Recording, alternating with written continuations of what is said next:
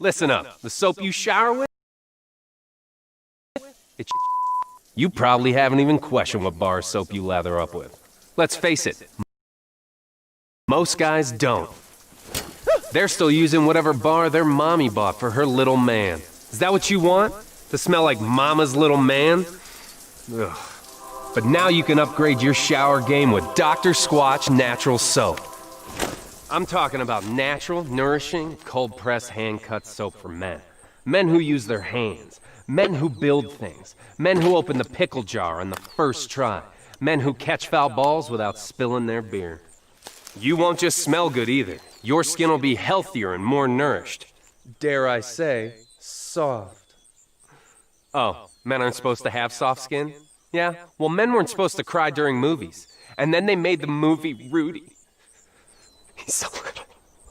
You want to smell like the forest? Boom, pine tar, we've got you. You want to smell like the sea? Boom, nautical sage, we've got you. You want to smell like you just got off a boat in the Caribbean? Boom, bay rum, we've got you. And with 6 more cents, we've got you covered no matter what kind of man you are. Now you're wondering, why have I been doing it wrong for so long? During the First World War, big soap started taking out all the natural ingredients to make production cheaper and faster. And they replaced all the natural stuff with chemicals. Chemicals like sodium lauryl sulfate, parabens, and dioxane. Chemicals linked to depression, liver damage, cancer, and low sperm count. And worst of all, dry skin. Oh, your poor balls, all dry, empty, and sad. But there's good news. We make our soaps with natural ingredients from the earth. Ingredients like oils, plants, goat's milk, Greek yogurt, oatmeal, shea butter, and citrus. No. Turn your shower game up to 11. With the smooth lather of gold moss or the exfoliating woodsy bliss that is pine tar. Get ready to step out of the shower feeling alive. Still not sure? Here's a couple reviews from real customers. Joseph S. says, "This is the perfect bar of soap. It's like it was handcrafted in the Northwest Forest by beautiful tiny elves." Oh, tiny elves isn't enough for you? Well, here's another review from Michael A. It makes you feel like you just stepped out of a mountain stream, and Squatch was there to hand you the towel. It's time for you to get the right tool for the job, because you're worth it, my friend. We ship it right to your door. And with a 100% satisfaction guarantee, if it's not the best bar of soap you've ever used, it's on us. Tens of thousands of men already soapscribe, which means that every month, fresh new bars of Squatch show up at their door. Click the link for Dr. Squatch Natural Soap. Real soap for real men. Or don't, and continue to be mommy's little helper. That's a wrap. All right, nice. Yeah. Nice. Did he click it yet? Did he click the link? He hasn't clicked the link? I would have heard about the dry, sad balls. Oof. Man, what's this guy doing? Click the link, man. Step up your shower game.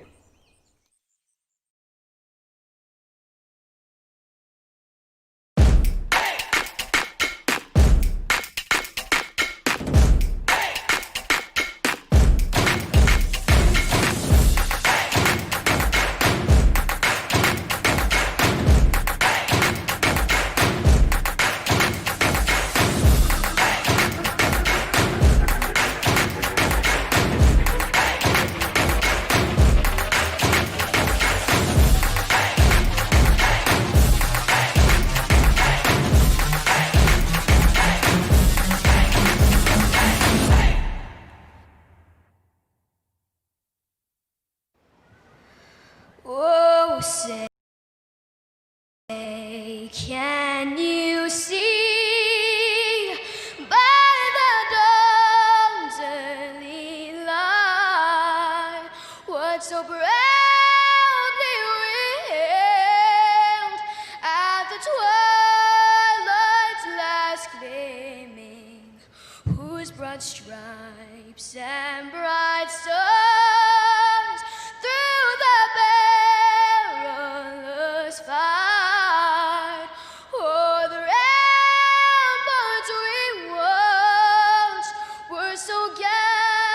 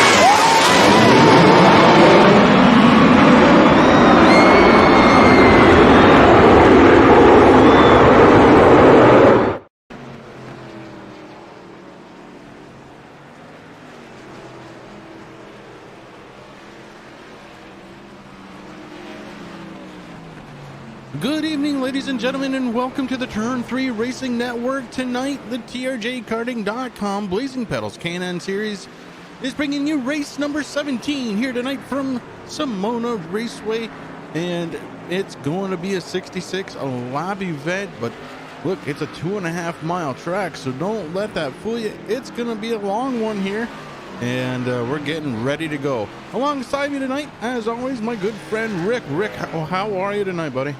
Hey, buddy, I'm doing fabulous. How are you? Happy Father's Day to you and all the fathers out there. And man, I'm excited for this time.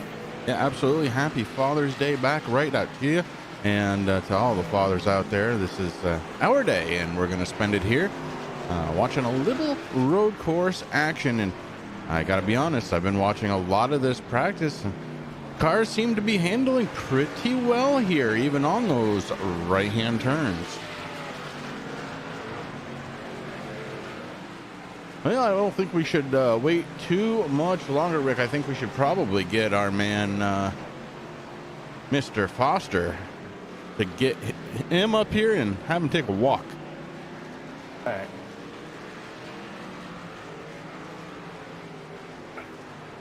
Hey, Mr. Foster, you got Rick Chris up in the booth. You got a copy, brother? What's going on, boys? Hey, man, first, I got to ask you, how you feeling tonight? Feel great. Why? I'm just making sure. Feel great.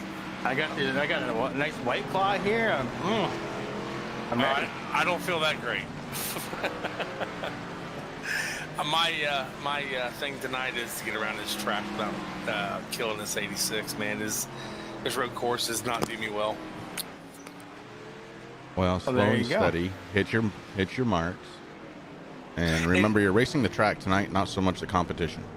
Right, that's what I've been doing. Aaron's been helping me out. He's been putting that in my head also, Chris. And again, it's survival for me tonight to try to get out of here with less incidents than I can. You know, the better it'll help with our points too for me.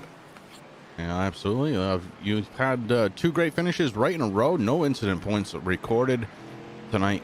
You might have a couple from those off tracks, but keep it rolling, and it'll be fine. Who do you got to talk to tonight, bud? How about that driver, that 22 with Speed Mafia, Mr. Collins? All right, we'll dial in that number.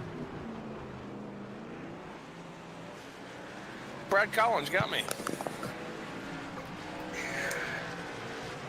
Brad Collins, you hear me? I got you.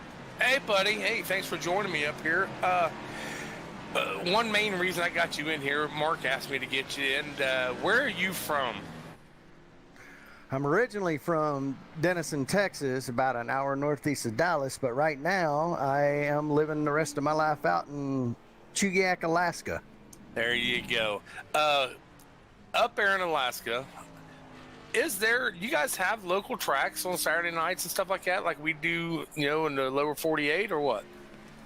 Actually, about 3 years ago, they built the most northernest track, which is it's classified for NASCAR Wayland Series up here.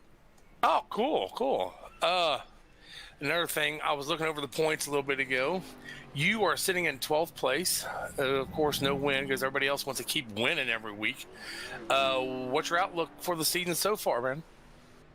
As of right now, obviously, road courses are not my forte, so this is going to be a uniquely interesting night. Hopefully, I can just hold my positions points-wise. But my outlook is to obviously stay in the top 16, but some of the tracks that we're coming to, I'm actually pretty good at.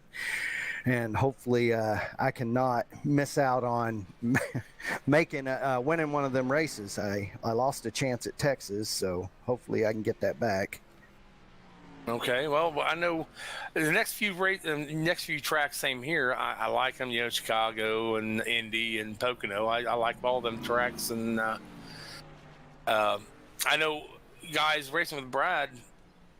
He is very clean. I've never had an issue with him.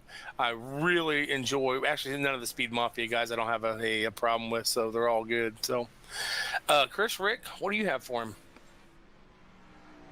Well, I just want to know where the Dodge comes from. I mean, I know Dodge was with the circuit for a little while. You just that big of a Mopar head? Actually, we're not, but when we very first started back in Papyrus and everything, we started running Dodges and we kept them that way. So anytime we get a chance to put it on the car, we do. Beautiful. Cool. All right, guys. Well, I'm going to say good luck to you. I've got to get one more word in from our race sponsor, our series sponsor here, but definitely a good luck to you. Guys, we'll be watching for you out there in the race. Thanks, guys. We'll talk later. Brad, thanks for getting in with me, bud. Thank you very much. Have a good night. Thanks, guys. Good luck, boys. Thank you, guys. And we'll be right back right here on the Turn 3 Racing Network, getting ready to go here very shortly.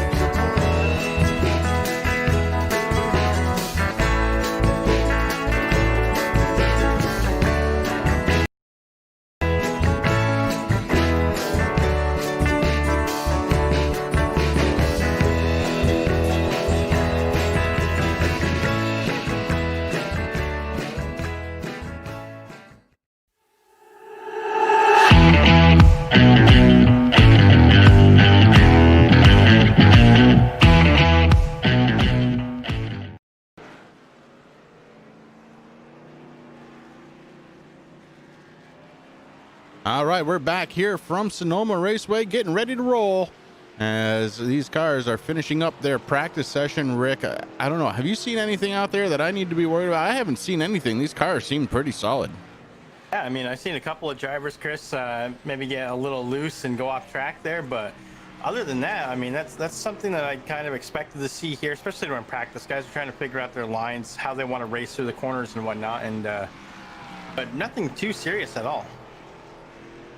Well, that's where we're at then. I mean, I don't know what else to say before we get rolling. Oh, I do know what to say. Stage racing, Rick. This is stage racing, yeah. So it's going to be like this. We have 66 laps all together. First stage going to end at the end of lap 15, then at the end of lap 30, and then at the we race to the end until lap 66. But Rick, what we've been told is these guys just have enough fuel to make it without pitting through the first two stages. They will have to definitely pit for that final stage. So this is going to get wild. Yeah, it definitely is, Chris. And that's, I mean, the last few weeks, I mean, it's come down to fuel mileage. And, you know, of course, here at Sonoma, we got, what, 12 turns, I believe, through this track. So it's going to be a lot of, and, you know, a lot more deal with, you know, instead of just worrying about that. But, you know, pit strategy, that's going to be huge tonight. I'm excited to see it. And I want to see how it really works out, because I know a lot of drivers, you know, guys like Jamie Walker, really good at trying to save fuel. You know, Derek Paulson was out there doing the same thing last week. So Dalton Kilroe, I want to know what he has up his sleeve tonight. We're going to find out. But, you know, this is a little different than what these guys are used to, kind of breaking it up here a little bit. We went through some good cookie cutter tracks. Now here we are, the road course. Next week, Chicagoland, so back to those cookie cutters. But I think tonight's going to get interesting. Yeah, the other thing that we normally talk about at this point is qualifying. Qualifying's kind of unique here. They have a 10-minute open qualifying session, and normally that gives them the time to race around their track several times to try and get the best speed. But tonight, on a road course, almost 2.5 miles long, they're going to have about enough time, Rick, to maybe do 3 laps or so. So you've got to be able to put it down, and you got to do it quick here tonight. Yeah, exactly. And that's something that, you know, a lot of drivers, we see a lot of them actually hitting the track here during practice. Sometimes we see a lot of guys just sitting in pits for a regular oval race, Chris. But tonight, these guys, they want the practice. And like you said, you're going to get 2, maybe 3 laps if you hit all your corners and marks just right. And so there's not a lot of extra time to go out there and practice. So it's good to see that these guys are out there. And I know I've been here in the TeamSpeak server here at Turn 3 Racing Network since about 5 p.m., Chris. A little bit before that even. And I've seen a lot of drivers in here. So you know that they've been practicing. The teams are all lined up doing their thing. And this practice has been great. I've been here since the opening of the track here. And been seeing a lot of good stuff. So I'm excited for tonight. Yeah, qualifying getting ready to start here in about a minute. We had a little glitch with the server, had to restart it, so I'm going to say about a minute because it was scheduled for 7:20 originally, and I'm sure they're going to try and keep that going.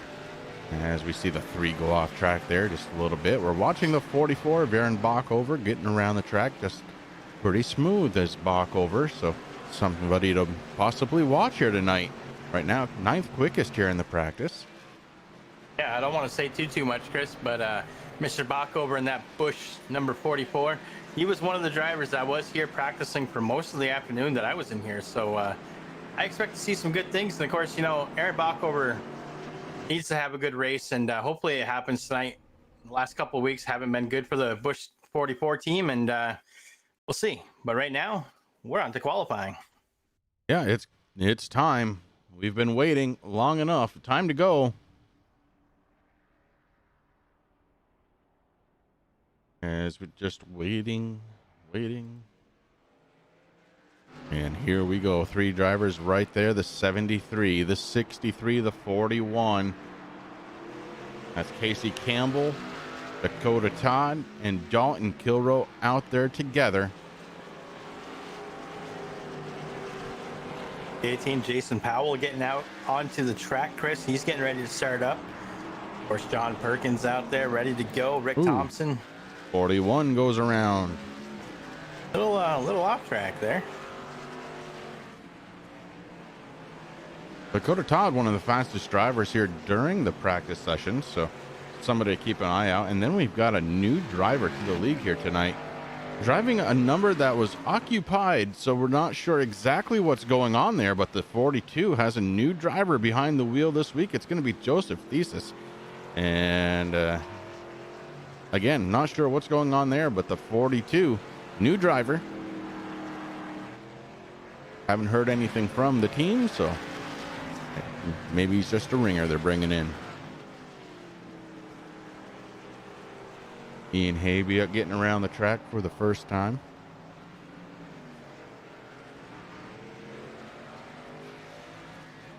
Ian broke out the stars and bars. Number 16 Toyota Camry there for TRJ Karting, Chris. Looking to do some good things. I got to talk to his crew chief and spotter, Tim Haybiuk, a little bit here. They had a really good weekend yesterday and did a little whitewater rafting, so that was kind of cool to see. And now Ian's all ready to make a bunch of left and right hand turns here at Sonoma. White River rafting. That's pretty cool. I wouldn't mind trying that. That'd be fun. I mean, I'm trying to find out why Tim was wearing a helmet. It's a little too late for him, but good to see Ian and Mom wearing their helmets. And wow. Sorry, Tim. Sorry, Tim. Hey, speaking of Tim, why don't we listen in on this little announcement with TRJkarting.com. TRJKarting.com is your #1 online source for karting components, engines, and safety gear. They have a huge selection for the novice to the professional and a dedicated section for sim racers. No matter how you do it, your desire and passion to go fast fuels them. Their focus is to put their customers into victory lane. Make sure you check them out at TRJKarting.com and give them a like on Facebook. And make sure you do give them that like on Facebook. Very, very important. So far, only one driver to qualify, Rick, and it's Ian Habiak, of course, up front, waiting for some other drivers to start finishing up their laps here. Already a little more than 3 minutes into it as, Ian goes off track. So that lap will not count for the driver of the number 16. There's plenty of drivers out there still trying to get it done.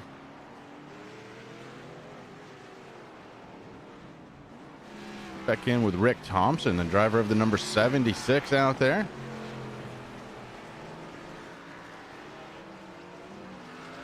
Thompson appears to be having a pretty decent lap, but not as good as Dakota Todd with the quick time here.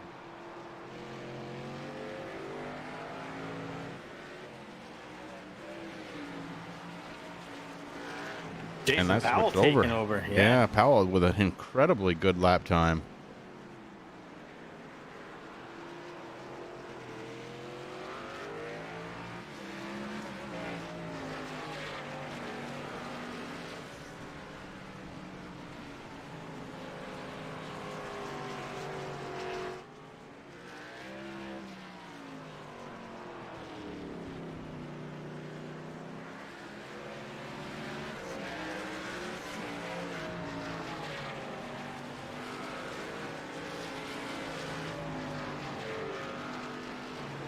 And here he is, Rick, Joseph Thesis. This is what we saw in practice. Don't know exactly who he is, why he has the 42, but the guy can drive on a road course. Pole position so far for the 42, Joe Thesis.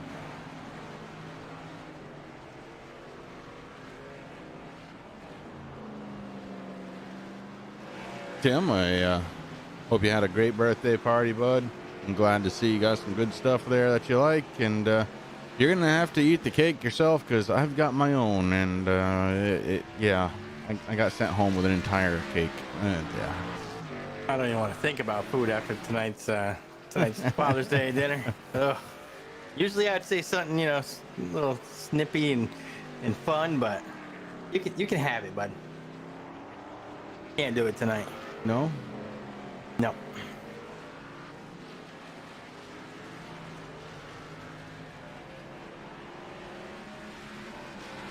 I am still full from lunch, so that's something. Good thing. 7 drivers so far have made the qualifying run, make it 8. As Brian Dees finally gets a lap in, and the 17 cruises on into the grass. That was a 4th place run though out of Dees, so not bad.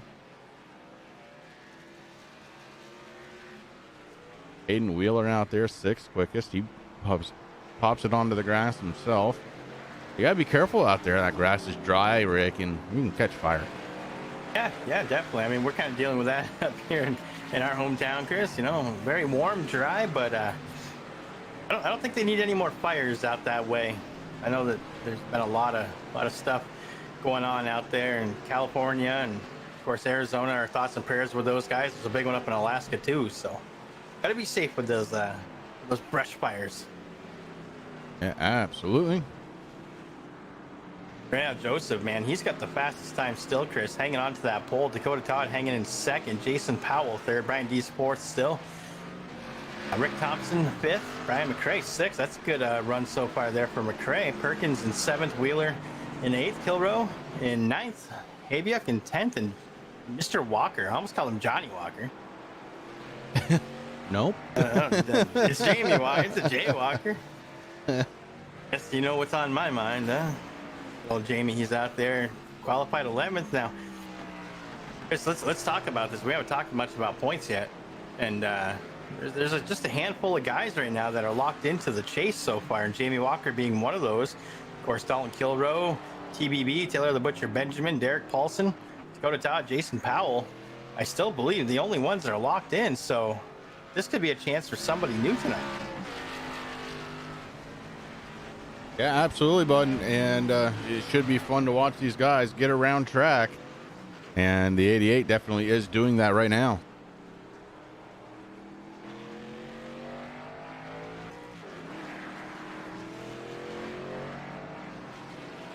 And tonight could be, Rick, the time where we see somebody else kind of clinch that playoff spot. It's still a ways away, but you would think that they want to get there now. You know, they need to put the pedal down. They need to try and beat the Jamie Walkers, the Dalton Kilroes, the TBBs, the Derek Polsons. They need to get ahead of those guys and steal one away to solidify their chance for a championship here this season. Yeah, and let's look at it this way. Counting tonight's race, Chris, 10 weeks.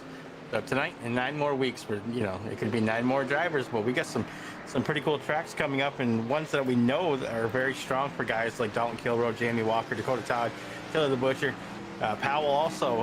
We got some good stuff coming up. We got Chicagoland, Pocono, Indy, Kentucky, New Hampshire, Michigan. Another nice road course over there at Watkins Glen, kind of our second home track. Dover, and then Daytona, baby. And then we're going to be starting the playoffs. So 10 weeks, these guys running out of time.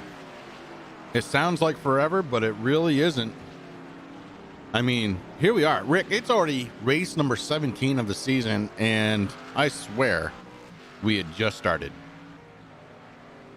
Yeah, it goes by really quick, Chris, especially when you're only doing one a week. I mean, those weeks just kind of tick by, and that's one cool thing that I've noticed since we started broadcasting, and, you know, even back when we were running a league, is that the weeks fly by so quick. You look at it going, oh man, you know, all the way to November, so that's forever. But no, really, it's not. I mean, we're already halfway through June, almost completely through June. So coming up quick, man. But 10 more weeks, 10 races. And locked in. Yeah, and speaking of coming up quick, so is the end of qualifying just around the corner. And it looks like it's probably going to be Joseph Thesis up front for the start of this race. That's a good qualifying time, Rick. And I'll tell you, actually, the top 2 drivers only about a 10th away from each other on the qualifying time. So should be a good one. Yeah, definitely going to be interesting out there, Chris. Pace has slowed as the checkered flag has fallen on qualifying, getting ready to grid them up here very, very soon. And indeed it is Joseph Thesis finishing up in first spot, taking the pole on his very first night out here with the Blazing Pedals.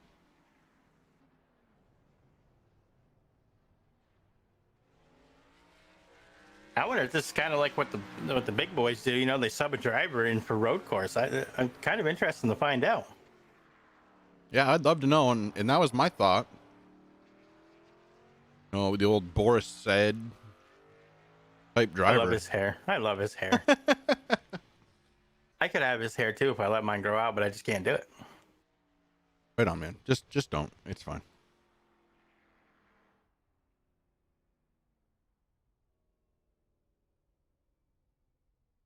All right, well, I think it's about time to get ready to grid these cars up. So let's hit the grid music.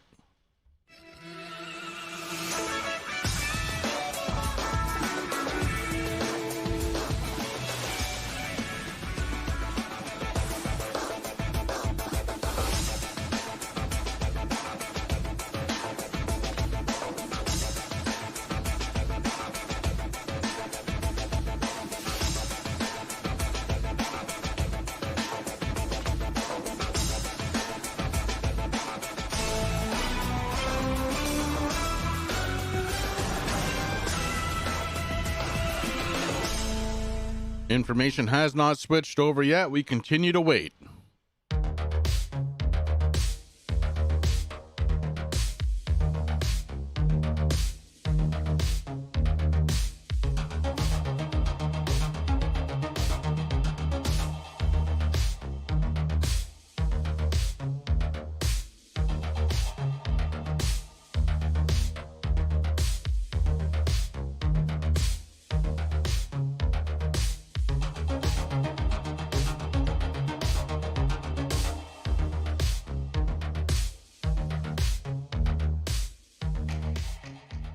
Here we go, getting ready to go for tonight's race. We got the pole sitter. That's Joseph Thesis in the number 42. To his outside, going to be the 63 of Dakota Todd. Starting in third spot tonight, it's going to be the 18 of Jason Powell. To his outside, S&M Motorsports. Driver of the number 17, it's going to be Brian Dees.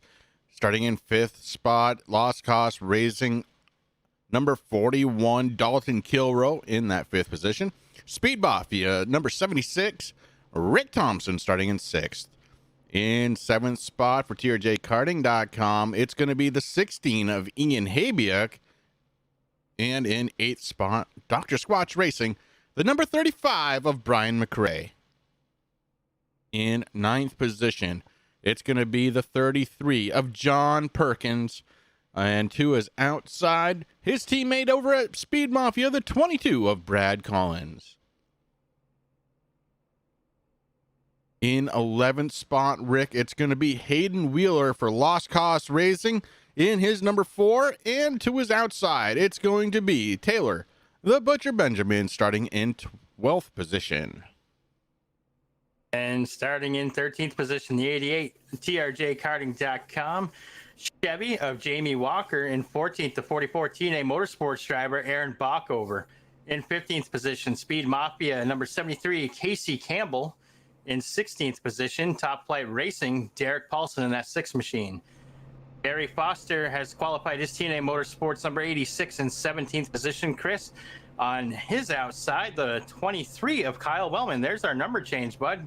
Kyle Wellman going to be starting in 18th. Derek Garrison with the Top Flight Racing guys and Dr. Squatch Racing.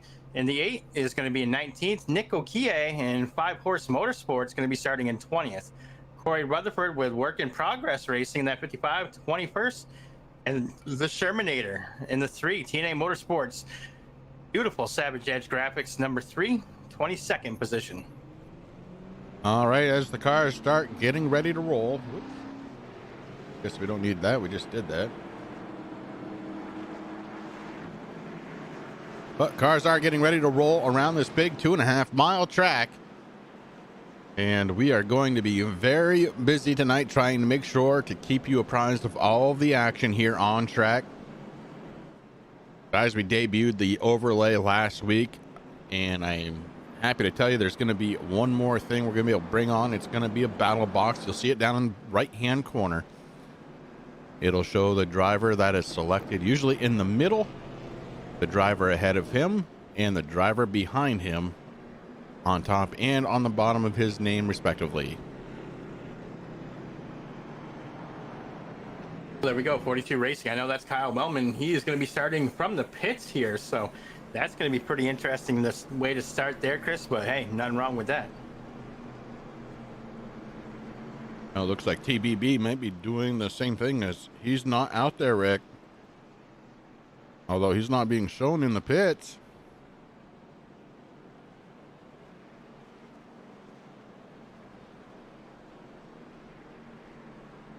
Oh, this is going to get good. Yeah, I see him starting in the pits, and I also see that 23 back there. It's going to get interesting.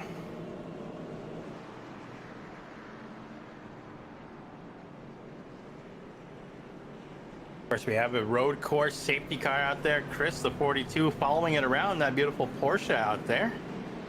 The lights are off. We're getting ready. I mean, it's a long pace lap, but no better way to start warming up them tires a little bit.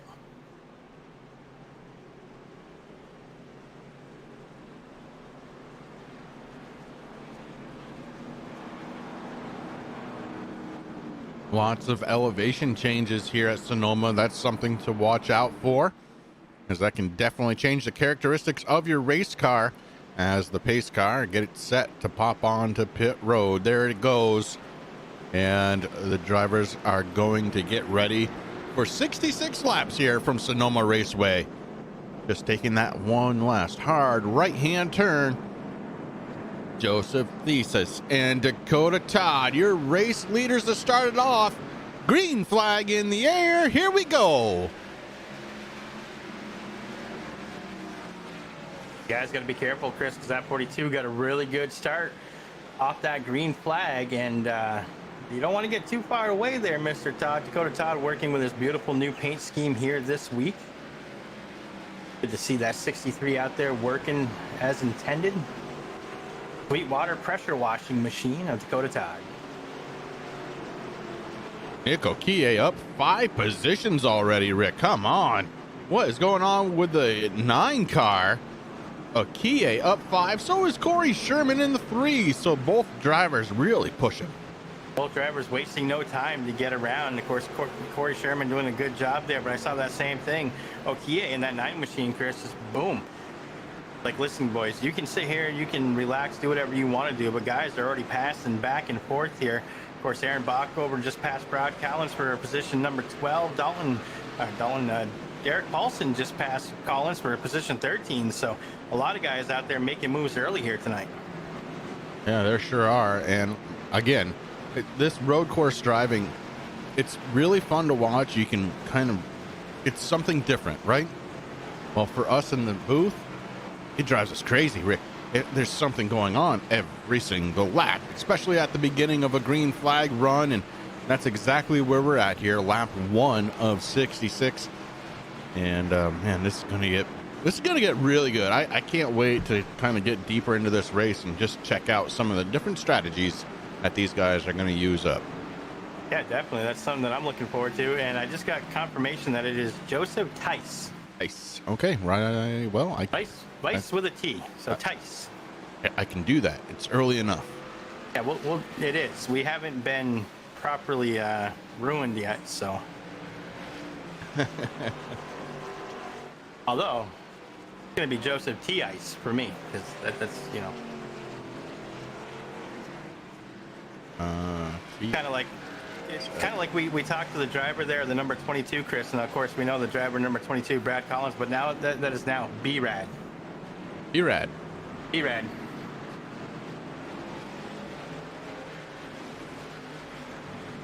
Okay, I'll go with it. Ian Habiak in the 16 and 7th spot. Ian hasn't gained, but he hasn't lost. He's holding steady in that 7th spot. Same true with Brian McRae right behind him in the 35 machine. In fact, 5th through 8th have not changed spots at all since the drop of the green flag. The only position change in the top 8 drivers. Brian Dees went up 1 spot, took it over from Jason Powell in the 18. Powell's still there, though. And here comes the 41, actually, on the back bumper of the 18. Kyle Wellman. Looks like he's seen better days. Let's go back and take a peek.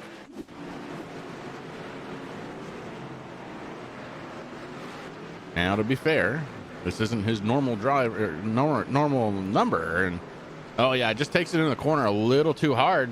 And around he goes, Rick. So the 23 able to keep it going, no damage.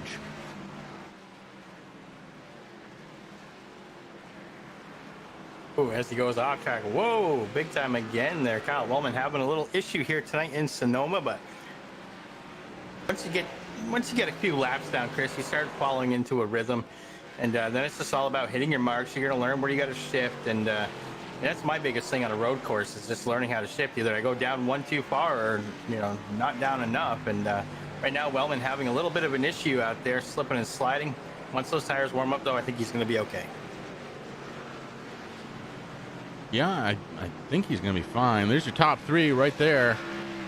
As it's Vice, Todd, and Dees, your top 3 drivers.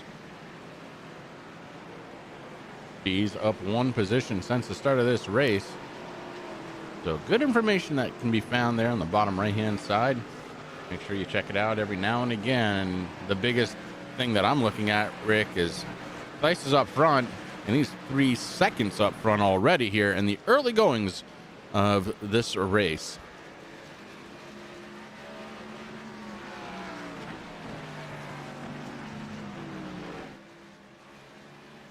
A lot of guys out there still making moves. Chris, Jamie Walker has gone up 5 positions. Aaron Bockover up 3 so far. Nick Okie up 7 positions so far here. Derek Garrison in the number 8 machine up 5. You got Corey Sherman now up plus 6 from the start of the race. Corey Rutherford moved up 3. So lots of moving going on here early on lap number 4 here at Sonoma.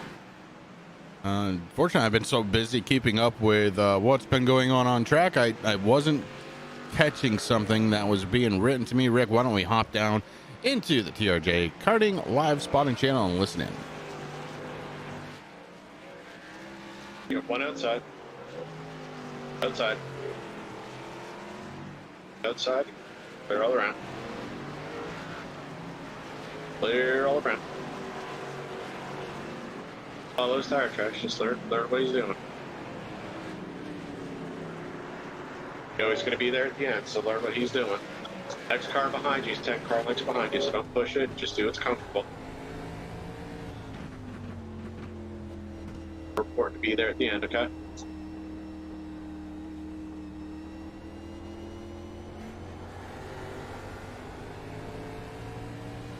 Clear all around. Clear all around.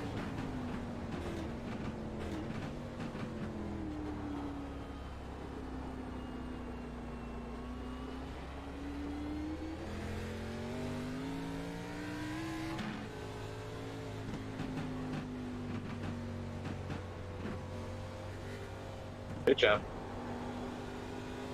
No pressure from behind. No pressure from behind.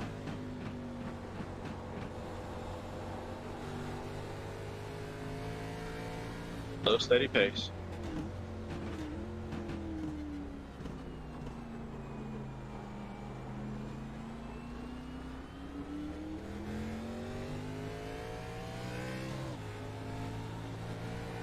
Clear all around.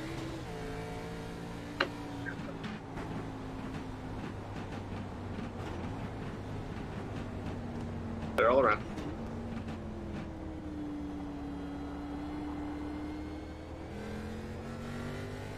So far early on in this one, Rick, he's doing his job, just telling his driver, look, you're clear. You don't have to worry about anything. He was for a moment behind Walker. Walker was able to get around him. So Ian Habiak down one spot from where he started, but his teammate is there in front of him. Maybe going to open up some possibilities there, or at least be able to tell him what to expect going forward. You know, that's something that we really haven't seen a lot of out of this this new team here, Chris. Of course, now Ian has always been the founding member of the TRJkarting.com machine, and it's pretty cool that Tim's keeping a couple of car manufacturers in business. We got the number 16 TRJ Karting Toyota Camry, and of course we have the Impala number 88 of Jamie Walker. But you know, the last few weeks, Chris, when this all went down, actually it was more towards the beginning of the season, we haven't really seen these two work together, and that's kind of cool. Tim's just kind of reinforcing, saying, hey, listen, you know, I mean, Ian's been doing a great job in his own right, but now's the chance to learn from your teammate. We know that Jamie Walker is going to be there towards the end. We heard Tim say that. And now's the time for, the, as you like to call him, the kid, but it's Hurricane, to me, Hurricane Habiak. You know, good time for him to learn, and, you know, it's going to be hard.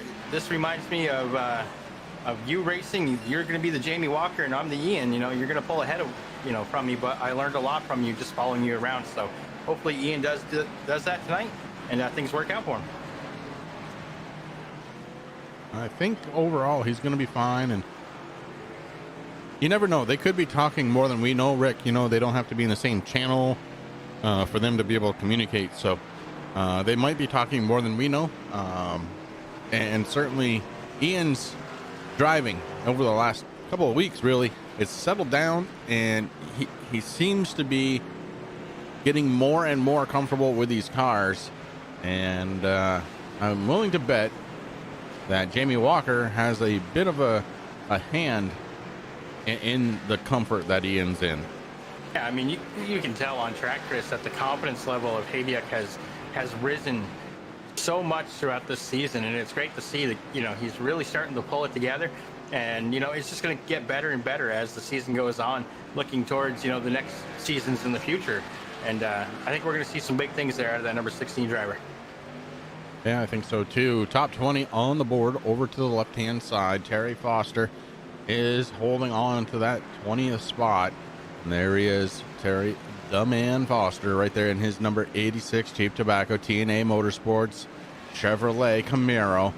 And Terry, look, he came in, he said it, Rick. He says, I'm not really comfortable out there. And hopefully he follows the advice. Look, race the track, not the car around you. If you do that, and you try and just keep or better your lap times every single time, you're going to be fine. If you can just keep it even or very close to even. You're going to be fine. You just got to watch for those big drops. Yeah, that's the big thing, Chris. And, you know, again, talking about teammates now, obviously here at Blazing Pedals, there are a lot of teams out there, Chris. I mean, we have, we got Lost Cause Racing, we got MT2, we got Powell Racing, S&M Motorsports, Speed Mafia, TNA Motorsports, and Top Flight Racing. You know, a lot of teams out there, but one thing that I've noticed, especially the last couple of weeks on the bigger tracks, Chris, is you don't see the teammates really working together in the pits, and I think that's something that Terry, we talked a little bit, and he wants to work on, and you know, it's hard. You don't want to go out on a track, big track like that by yourself, and you know, hopefully, you know, these guys are talking. I wish we could listen into all of them to see what's going on, but I know a lot of drivers don't, you know, like the interruption, and but I bet you there's a lot of chatter out there tonight. Oh, I believe there probably is. And a lot of it probably has to do with this guy right here. Driving the 42 tonight. Joseph Theis is just... he's coming out of nowhere, Rick. Dakota Todd's in second spot. 7.5 seconds behind him. Here we are in lap 7. Yeah, lap 7, and like you said, a big gap in between. But, you know, that's not all that it's cracked up to be. You know, Theis right now, everyone can see that he is in the lead and he can kind of do whatever he wants, but you know, this opens up a chance for people like Dakota Todd, Brian Dees, Jason Powell, Dalton Kilrow in the top 5 there to sneak down pit road when he needs to. Now, of course, lap 8, we're already halfway through, you know, the first stage, so it's going to get interesting out there. Having that big of a gap there kind of throws things out. Of course, you can also force people to make a decision when you have that big of a lead too. So it's going to be interesting to see how this all works out. But some huge gaps going on out there tonight. Now over 8 seconds. Yeah, I mean, he's just a rocket ship right now early in this one. But yeah, keep an eye out for the 42 is we are working lap at number 8 right now. Let's check in on Dalton Kilrow. He's in 5th spot. Dalton started in 5th and really hasn't gained any room, but he hasn't lost any. So, you know, holding steady in the 41. He is one of those drivers, Rick, locked into the chase. So the 41 could try and be one of those drivers to do something a little different to try and win this one. I just don't know what he's going to try and do because right now he is way away from the race leader. I mean, but there's still a lot of racing left here, Chris, and but you're absolutely right. I mean, there's certain guys out there like Jamie Walker, Dalton Kilrow, who we just talked about, TBB, Taylor the Butcher Benjamin, Derek Paulson, Dakota Todd, Jason Powell. Those guys already locked into a race, so the only thing they're racing right now for is playoff points, and that's going to help a little bit, obviously. But there's a lot of guys out there that want to come out here. They want to get locked into that chase. We only have 10 races, including tonight's race, to get locked in before the playoffs start, Chris, and we already talked about that. Those 10 weeks, they're going to fly by. I mean, we're going to be sitting here going, this is the last race for the playoff, or this is the first of the playoff race, and it's going to come in no time. So these guys, the clock is ticking, and it's going to be interesting to see what happens. And not that long ago, we had a pass for 3rd spot. It was Brian Dees taking the spot away from Jason Powell. So Dees now running in that 3rd spot. So Brian doing a fine job. That new paint job definitely helping him out here tonight. It feels like, Rick, once they changed the old sponsor over to the new one. Now, last week he didn't have a good race, but this week he's due. And D's out there, 3rd spot. Can't go wrong there. Let's take a look at one other driver. That's Derek Garrison. Garrison in his 8-car, Rick, up 10 spots so far. The biggest mover of the race. And that's a fine looking car as well. I like it, Chris. Very simple, nice and clean. And I love the number, obviously. I mean, that used to be my number back in the day. And it's good to see Derek Garrison back, Chris. We kind of, you know, missed him out on the track there for a little bit. And, you know, made his debut back here with the Blazing Pedals, TRJ Karting K&N Series last week, and looking to have a good run here tonight. Like you said, so far, biggest mover with 10 positions gained so far. So sitting in 9th, I would be happy with that.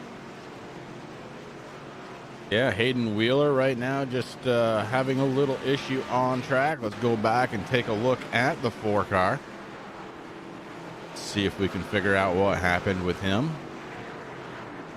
Yeah, just got a maybe just a little glove tap there out of the 23, and Hayden Wheeler goes around the Holiday Inn number 4, has to right that ship. Finally able to do it, and he is back out there ready to keep on moving. Another one of those nice paint jobs, Rick. That shiny stuff, I like it. Yeah, these guys have been doing a fabulous job with their paint schemes, Chris, and they get better and better each week. I mean, at number 4 right now, Hayden Wheeler. Man, I mean, you got that nice metallic red on the front, then it goes a little bit of a matte black, and if you look in between right behind the front wheel, I should say, got like this gold paint, but it kind of has like a red tint to it as it goes through the sun. It's beautiful. Yeah, that's pretty awesome.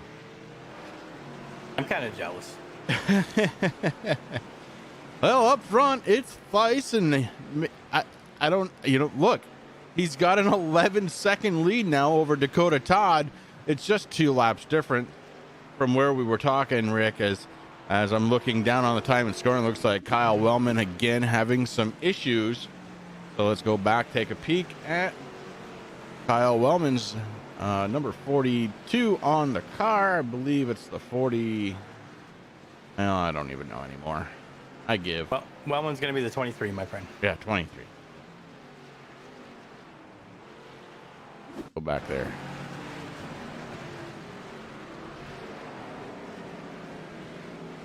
See him wallowing up.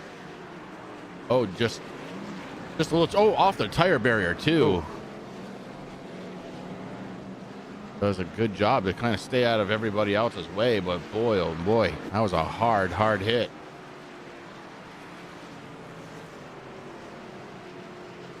How many times, Rick, have we said you can't change your number? It messes up the broadcaster. Well, that's the thing too. I mean, I know Kyle Wellman. I follow him on Facebook, Chris, at 42 Racing, of course, here on the YouTube channel here on Turn 3 Racing Network on YouTube. You know, it shows up 42 Racing, so that's what we're used to seeing. Maybe it's going to be the 23 Racing. I'm not sure. Kind of cool. Opens up his number there for a newcomer here to the league, Chris, and that newcomer just out there showing these guys what he has made up here on a road course. Now, it's going to be interesting to see maybe next week at Chicagoland to see how Joe does there in the 42. But yeah, it messes us up a little bit. It's okay. I mean, numbers and sponsors is what messes us up big time. Brad Collins has a crash, Chris, also in the 22. Yeah, Brad Collins in the 22. It looks like the same spot, almost the exact same thing, although he gets away without making some heavy contact. Actually, Collins going to come out of that one in pretty good shape. No real contact, just slid the tires, Rick, so could have been worse. A little drifting around the corner. That's a hairpin turn, Chris. That turn, and I think what it is, guys, just getting too hard on the brake, obviously, and just sends the car around. They'll get it figured out there. But right now, so far, what a good race here tonight. 11 laps done of 66, and we're getting close to the end of stage 1. Yeah, it's happening very quickly, surprisingly quickly. Pretty cool stuff. I dig it a lot. Hey, let's check in with Terry Foster just because. Now, if we're going to say names right, Chris, we got to say Terry Foster's name. That is TNA Motorsports number 86 driver Terry Foster, Terry the Man Foster. Okay. Okay, no, you're right. You're absolutely right. But the 86 right now being scored in the 19th spot, down 2 spots from where he started, but up 1 from the last time we checked in with him. So Terry maybe trying to figure it all out, Rick. I haven't seen too much on the way of Terry in the time and scoring, which is good because it means he hasn't gone off track too much. He hasn't done anything really horrible. Just trying to find his speed here. And I'll tell you, somebody who is finding their speed a little bit, it's Corey Sherman in the 3 car. He's up 5 spots to 17th position. Corey Sherman in that 3, looking to try and advance himself. But right now he's got, I don't know who that is behind him there. Oh, that's Wellman. Wellman, yep. So not for a position, just racing around, doing what they have to do. Yep. David Bennett, the driver in the number 13, Chris. We're missing him out on track here, but he's out on vacation. David, I hope you're having a good time, bud. Thanks for coming here to the Turn 3 Racing Network on YouTube and checking us out, chatting with us, man. Hopefully you enjoy it. Happy Father's Day. And next week, Chicagoland, buddy. Hopefully you're ready for that. New runner in 9th spot. It's Brian McRae out of the Dr. Squatch Racing team. Brian McRae makes a pass.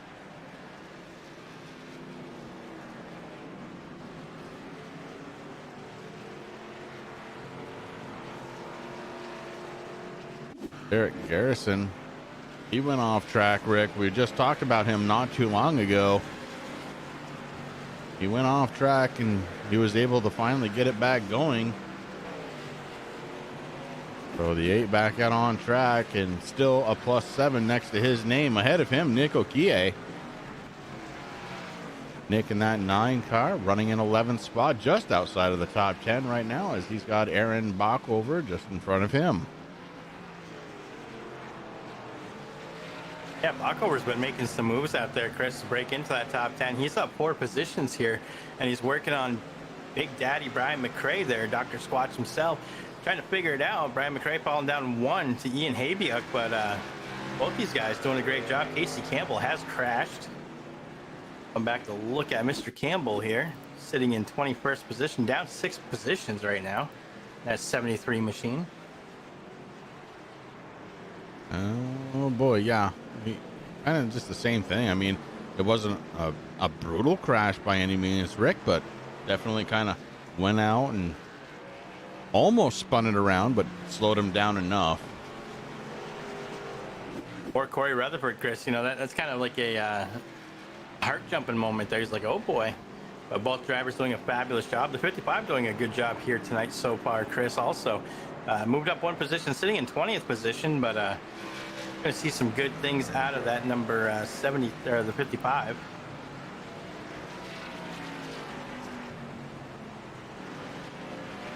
Corey the Tagger. I think he's going to be the Tagger King from now on. Oh no. Oh yeah. Yeah, he's doing great out there right now. Well, Captain Consistency himself has found himself in 4th spot. It's Jamie Walker up 9 spots, Rick. Walker inside of the top 5. He had just passed Jason Powell not too long ago. And catching the back bumper of Brian Dees. Walker, if you ask him, he'll tell you that he's not much of a road course racer, but he's done well enough in the last couple of years that we've known him in just about every road course race to be considered one of those guys to watch out for. That might not be his favorite type of racing, Chris, but he always does well. And like you said, I mean, you nailed it. Captain Consistency. That's exactly what he is. He's very consistent out there on the racetrack. Doesn't matter where you put him. And right now, he's tied for the biggest mover right now. Jamie Walker has gone up 9 positions. He's tied right now with Okie, sitting in his 9 machine in 11th position, also going up 9 positions here tonight. So, guys doing a good job. Oh, the 18 of Powell gets very loose around the corner behind the 88 and loses a bunch of time. So that frees up the 88 with the 17 to do some battling for position. Again, that would be for position number 3 here. And the 88 looking to try and get there. Oh, just like that, D's off track, and that opens it up. The 88 takes over 3rd spot, and the 17 very loose now, holds on to it. The 18 gets there. Jason Powell looks to make the pass. He's on the outside heading into the corner, and they are neck to neck on the strap, and oh my Lord, Jason Powell takes it over. So a lot of action all of a sudden here around that 4th and 5th spot. Here comes the 41. That's Dalton Kill. Really haven't talked about him, Rick. He's lost 1 position. That's his whole race for the night. Oh, Chris, you said that it's starting to heat up a little bit, and you're absolutely right. It's because it's lap 15, so these guys trying to get to the start-finish line to finish stage 1, so everybody battling for the best position that they possibly can before that happens. But right now, man, Dyke's doing a fabulous job out there, has a huge lead. And we're watching him right now. Of course, at the end of this lap is when the yellow flag will come out. So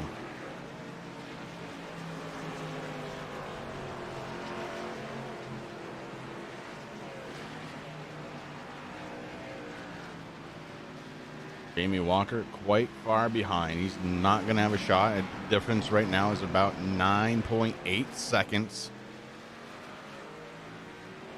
So able to get around this thing without taking a pit stop, Rick. That's going to be huge. Although right now, I guarantee you the tanks are very, very low. Well, I mean, that could be another reason why we've been seeing cars slip and slide a little bit here, Chris. As we see Jamie Walker actually locked up the front wheels. But the rear end of those cars very light right now. So, and of course, the tires are worn, and boom. We have a stage 1 winner, my friend. Stage 1 winner, but not before. Let's check it out. It says Terry Foster may have had a problem. Oh, he kind of just missed a corner. That's no big deal. So congratulations to Joseph Theis. Stage 1 winner here tonight. That's pretty good. You come in for your first race, Rick, and boom, you're the stage 1 winner.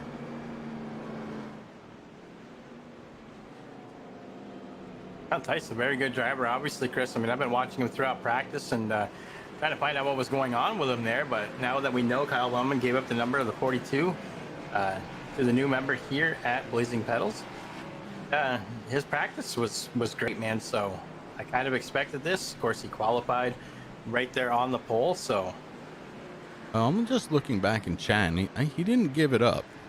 He's not sure why he didn't get it. So 2 drivers looking for the same number. And of course, whoever joins the server first gets that number. And yeah, well, they'll have to figure that out. That's not on us, Rick. What is on us is to tell you the 42 won the first stage here. And that brings us to our very first chance to stretch our legs. Ladies and gentlemen, you are watching the Turn 3 Racing Network as we bring you live action here from Sonoma Raceway. It's the TRJKarting.com Blazing Pedals K&N series, and we will be right back.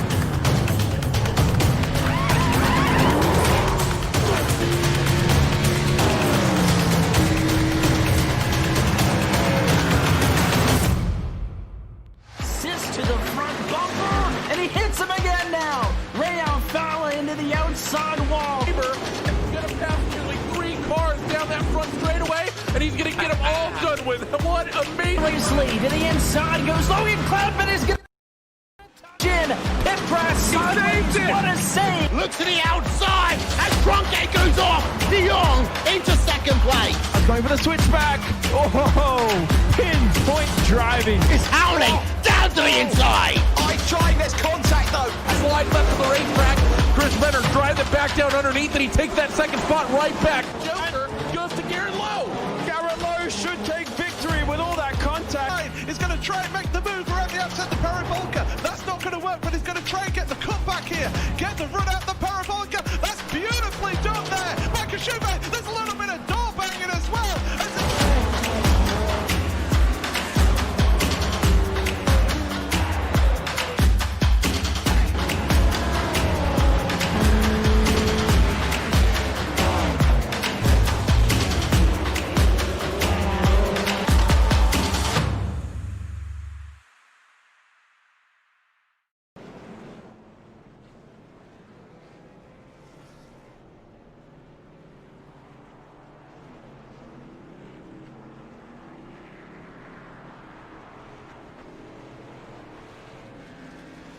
All right, we're back, folks, underneath this stage 1 caution here. Been a beautiful race here. Now, here's some issues that we've been seeing. A couple of guys calling out that they are out of fuel, and one of the big ones, John Perkins, actually had to tow back to his pit. He was getting no help. Of course, while we were there, Dakota Todd ran out of gas, but he had some help there by Jason Powell to get him into pit road. But a lot of guys need to really think about this for the upcoming stage here. Now, the next stage is going to end on lap number 30. So, at the end of lap 30, so starting lap 31, is going to be the stage 2 caution. So some big things changing up out there. Collins, that is going to be tough. He just actually got into his pit from that tow. They're going to lose some positions there, but a lot of guys on fumes here as we come back to the race.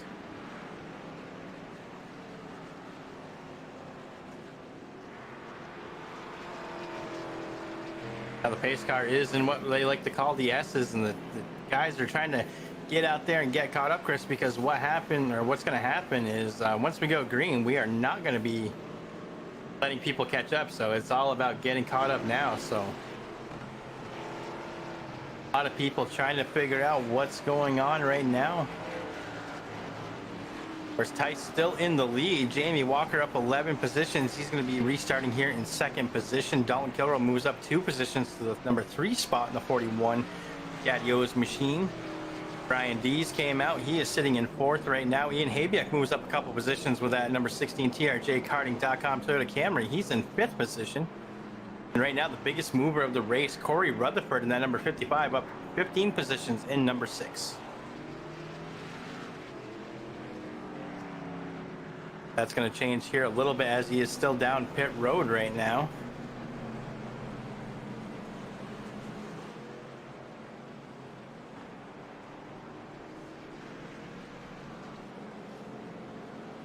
A lot of interesting things happening here. We're on lap number 19 of 66.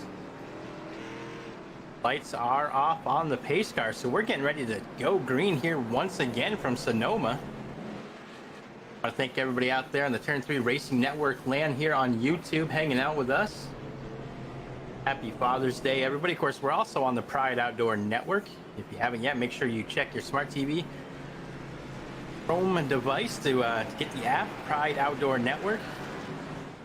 Hey, and happy Father's Day to all the folks that watch us over there. If you haven't yet, make sure you head on over to YouTube, search for Turn 3 Racing Network, and give us a like and a follow here on YouTube.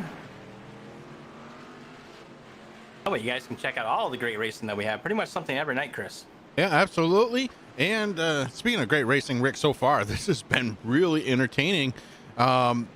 Sometimes I don't like road courses because I feel like they can get drawn out and boring, but we haven't had a lap yet where we haven't had something to talk about, including a pace lap, for crying out loud. So here we go again, and caution lights are off on that Porsche, getting ready to unleash these guys back on Sonoma Raceway one more time.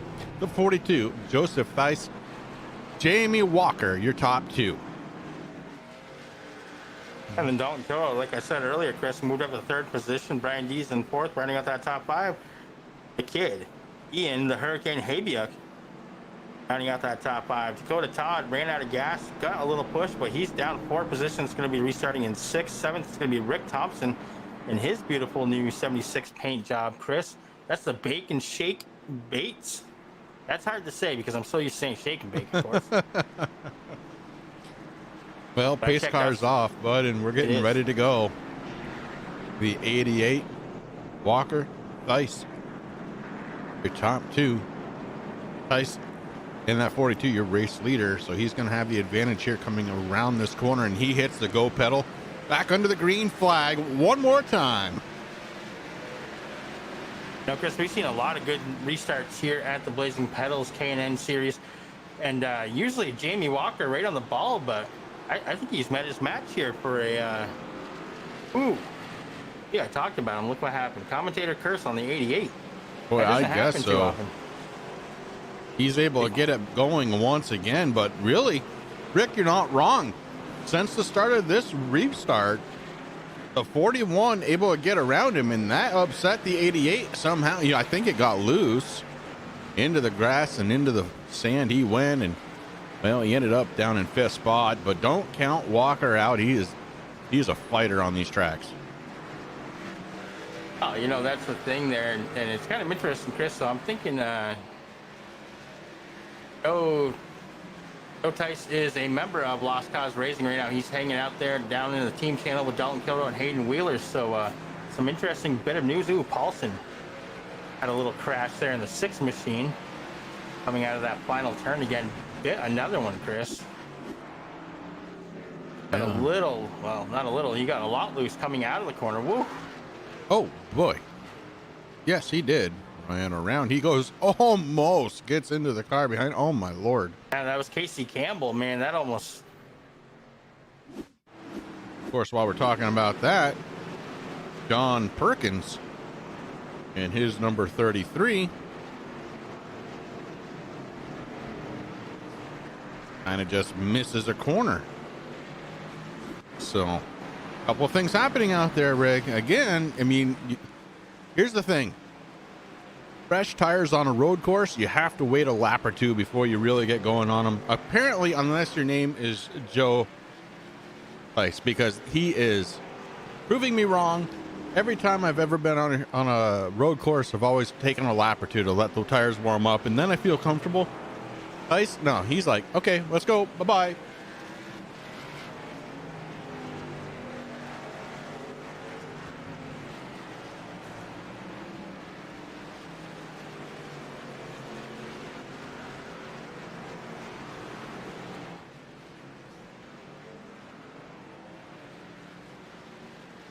Dalton Kilroy in 2nd spot. You saw him get around Jamie Walker at the restart. Walker had fallen back to 5th. He's back into the 4th spot.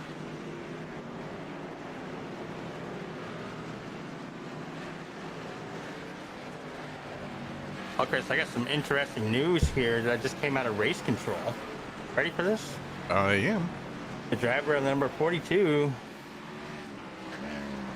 gonna get a black flag right through pit road for changing lanes before the green flag. And he's coming down pit road to serve Coming that. down now. Yep, that's gonna hurt a little bit. And unfortunately, we talked about it. It is his first race here, and that it may just come down to not understanding not understanding the rule book. I mean, what else could it be? Oh, that's what it comes down to, and that's going to be a mistake that he'll never make again there. But still a lot of racing left here to go. We're only on lap 22 of 66, Chris, so plenty of racing to do. He made his drive through to clear that black flag penalty, and he's getting back out there. Only dropped 9 position. He's still right now in the top 10. We'll see how that holds up there with Corey Rutherford coming up behind him. But right now the 42 sitting in 10th position, so lost 9 positions on that, and we have a new race leader for the first time here tonight, Chris. Dalton Kilroy. Yeah, Dalton Kilroy up front. Brian Dees right behind him. Jamie Walker in 3rd. We watched Kyle Wellman. He had a pretty tough crash there. Going to have some damage to the front end of that vehicle. But really, I'm going to keep an eye on the 42, who is down to 10th spot, but look, the amount of speed that he's displayed with the amount of time we have left here, I'm not going to count him out yet, Rick. That's for darn sure.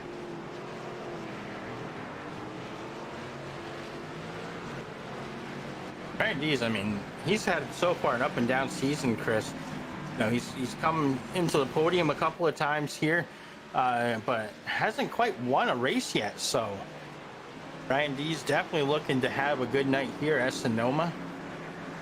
It looks hot out there, man. That's all I'm going to say. I'm definitely feeling it here in the broadcast booth tonight.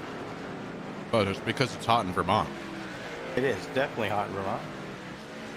But we haven't talked about that much so far, Chris. That weather sitting at 83 degrees with a 46% humidity. It is partly cloudy right now. The wind is blowing about 2 miles per hour.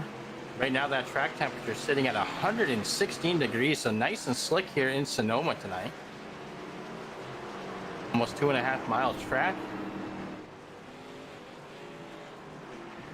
Ooh, Jamie Walker.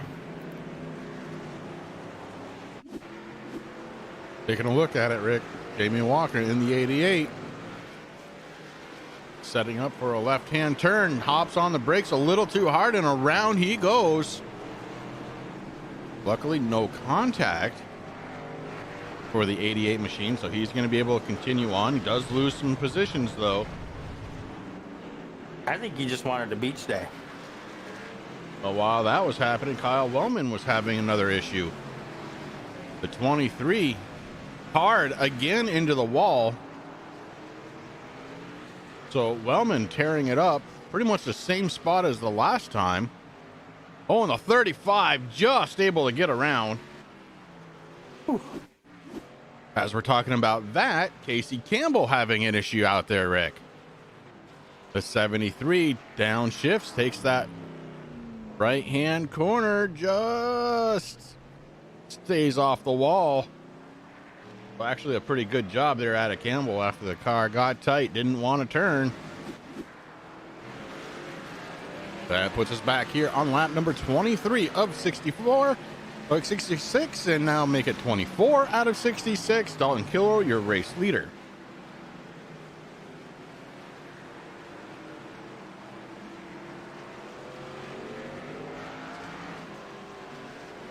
Boy, it got busy there for a minute, bud.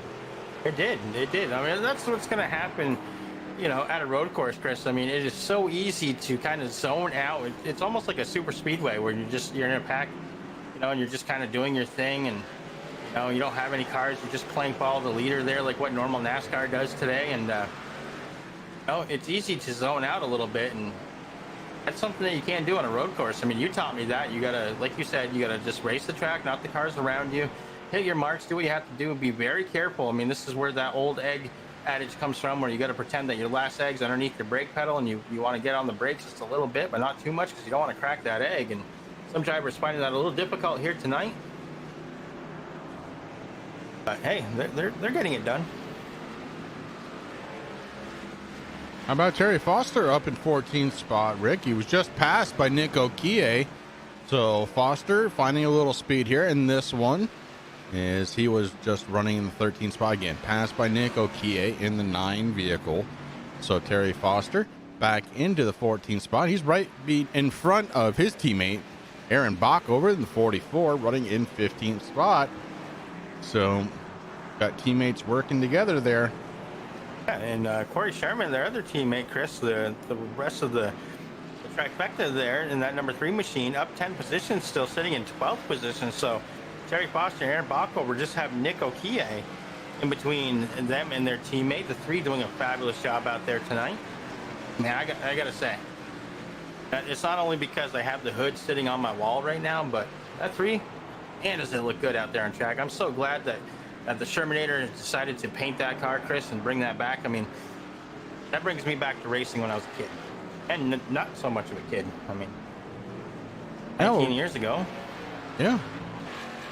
Right now, Rick, we've got 3 drivers that are up 10 spots from the beginning of the race. It's Corey Sherman. We're looking at him right now. Just ahead of him, it's the 55, Corey Rutherford. He's doing great. And ahead of him, up 10 spots, it's the 8 of Derek Garrison. So not the first time we've called Garrison's number here tonight. But those 3 drivers all up 10 spots. And they all trail this guy here. He's up 4 spots, but Dalton Kilroy is your race leader.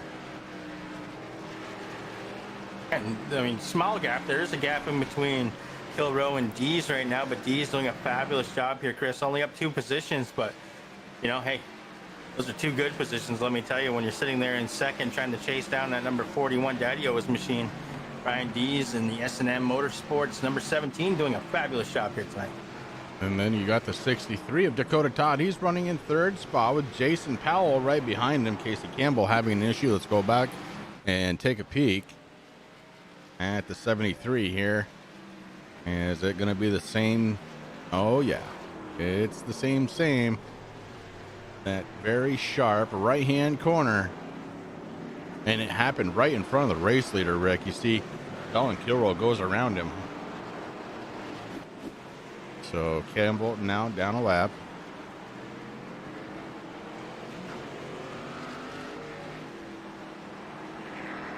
It's Kyle Wellman bringing it down pit road. Terry Foster having a little trouble out there on track. I went off track there a little bit and got back to it, but hey, listen, teammates passing teammates right now. Chris, Aaron Bockover past Corey Sherman right now. So right now the TNA Motorsports guys are running 13, 14, and 15, so they're together. Oh, Terry's off track. That was impressive. I don't think he ever lifted. Go or blow, buddy. I had that painted on the inside of his car. He probably doesn't have his glasses on in his VR, so he doesn't see it, but very proud. He's made me so proud. And of course, you know, we have a lot of great friends here, Chris, so that's one thing that I love about broadcasting leagues. And we have two of the best out there. I mean, Blazing Pedals, Racing for a Cause. You know, these guys are family, man. And Terry has been, his confidence level has gone so high now. I know it's because I painted him one hell of a car. He's a big Rusty fan. I modeled it after an old Rusty car. And I gotta say, I painted a lot of cool cars, but I think that's one of my favorite ones that I painted so far, Chris. And I don't even run it. I think it works well. And Terry changed to those white rims, and it's worked out for him so far this season. Yeah, it sure has. And now we check in with the race leader one more time. And Kilroe is starting to open up a lead over Brian Dees. Last time we talked about the lead, Rick, you didn't actually give a number. You just said that it was starting to stretch out. Well, it was about a second and a half. Now it's about 2.5. So Brian D is starting to fall back a little bit. Dolan Kilroe up front, running away, trying to maybe win this stage. Rick, it's not that far away. Yeah, it really isn't that far away, Chris. It's going to end on the end of lap 30. So when we start 31 here, and we're on lap 27 already. So Dolan Kilroe looking to clinch another stage win here.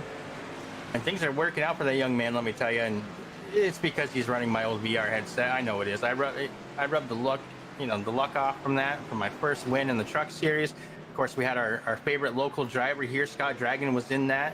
So a lot of good mojo coming from that Rift right now, let me tell you. I still say it's the Turn 3 Racing Network engine that's under the hood, but okay, sure. We'll give it to the Oculus. It's definitely the Oculus.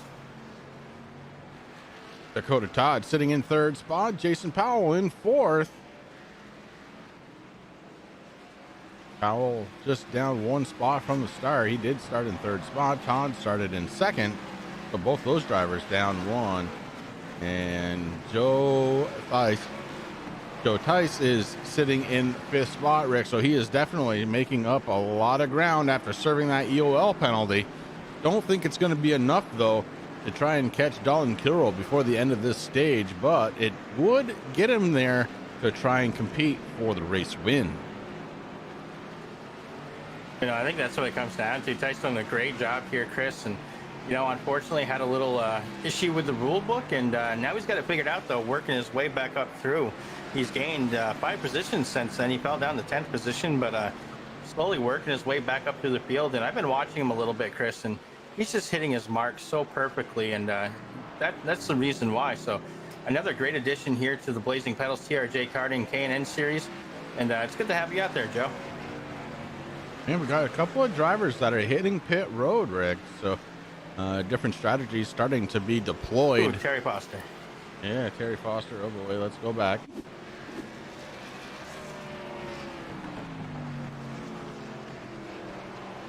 You can see the car is tight, and then it just snaps. Oh, my goodness. Oh, my goodness. And a good job to hold it stopped, but the 86 is definitely hurt after that one. That one I'm not going to be able to bump out, Terry. I'll have a new car ready for you for Chicagoland next week, buddy. Yeah, that's beat. That's probably enough to call it a night there for poor Terry. Unfortunately, he's been so good the last couple of weeks. Hayden Wheeler also having some issues out there, Rick, and his number 4 in about the same spot. It gets a little bit loose, able to get past it, and then it's that right-hand turn again. That hairpin been really biting people here tonight, Chris, and Hayden Wheeler did a good job, though. He was able to hang on to it, do a little drifting around the corner, and get that thing pointed the right way, and then he's on. A little Tokyo drift going from the 4 of Hayden Wheeler.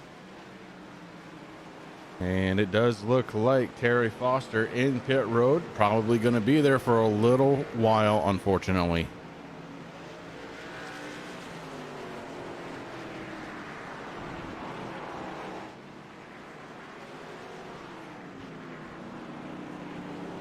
And Chris, this new overlay is just fantastic, man. I can't say how excited I am, and I know you are too. I mean, hopefully everybody out there in the Turn 3 Racing Network land appreciates and likes this new overlay, man, because it's just been fantastic. Well, it wasn't inexpensive, but I think the amount of information that you can get, especially in a race like this, Rick, it's really proving out to be something special.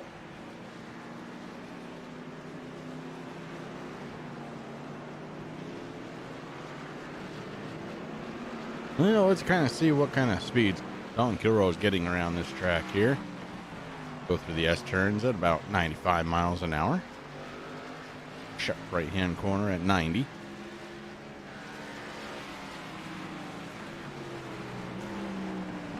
While you're watching that, Chris, I just watched Rick Thompson kind of miss that turn. It's fighting everybody here tonight. That hairpin there, the 76 able to go off track, get back on, and Jamie Walker gets around him, but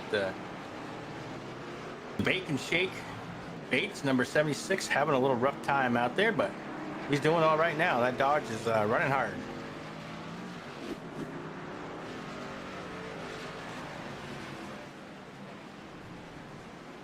So Tice in 5th spot after changing lanes before the start finish line. The guy who dominated the very first stage has worked his way back up into 5th spot. Behind him, Jamie Walker. Ahead of him, Jason Powell. And John Perkins having a little issue there just around the race leader, so we caught that live. Okay. So the pits are now closed, Chris. We are getting ready to end stage number 2 here. I think drivers are ready for a nice little break there. Okie did a great job hanging on to it there as Ian Habiak got around him. Might have gotten into him a little bit, Rick. And now they gone back far enough. EA doing a heck of a job out there, sitting in 11th position, up 9 here from the start of the race.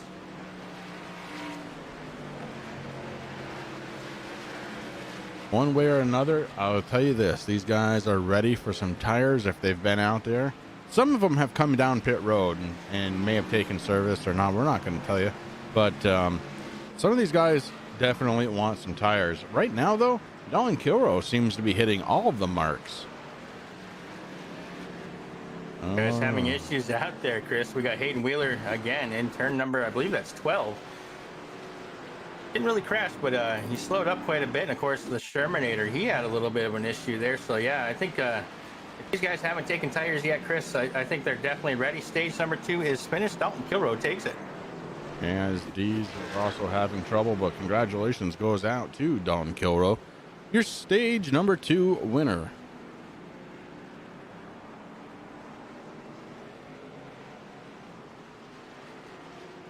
So hopefully people have learned a lot from stage number 1, Chris, and they saved a little bit of fuel so they can get around, because nobody wants to do what Perkins had to do. Perkins down 11 spots right now in 20th position, at least a lap down right now, and hopefully that doesn't happen. I mean, he had to tow back to pit lane, get fuel in that car. There was nobody around him to help him. This is going to get interesting, but stage number 2 done. Congratulations, Dalton Kilrow and Daddy-O's. And Turn 3 Racing Network. And Turn 3 Racing Network.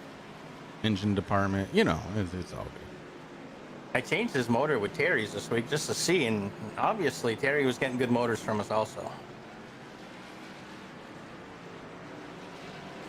Hey, now, Chris, I'm looking at the guy, and I've been watching him a little bit, who's sitting in 4th position. That's Jason Powell. Now, an interesting thing about Powell is we kind of talked to him quite a few weeks ago here on the grid with Terry Foster, and you know, the running joke was that he said that we never get to talk about him, or we never talk about him, and you know, that was a way for us to talk. But you know, I had a nice chance to talk with Jason through some private messaging, Chris, and You know, he didn't say that we never talked to him. He just said that his strategy that he's been running just hasn't given us anything to talk about. And let me tell you, that kid, he has really, really turned it up and been doing a fantastic job there in the number 18. Yeah, it really has. And I'm glad to see that he's running up in the top 5 again. Very consistent so far in this, well, especially in the last 6 or 7 weeks, Rick. He has been ultra consistent in that top 10. So, and that is what you need to try and make it to the chase. If you're not going to win a race, you need to be consistent enough to try and get there. And right now, Powell is doing a fine job of that. Dalton Kilroy, your stage 2 winner. And we are going to step away for just a moment or two. Don't you dare go away.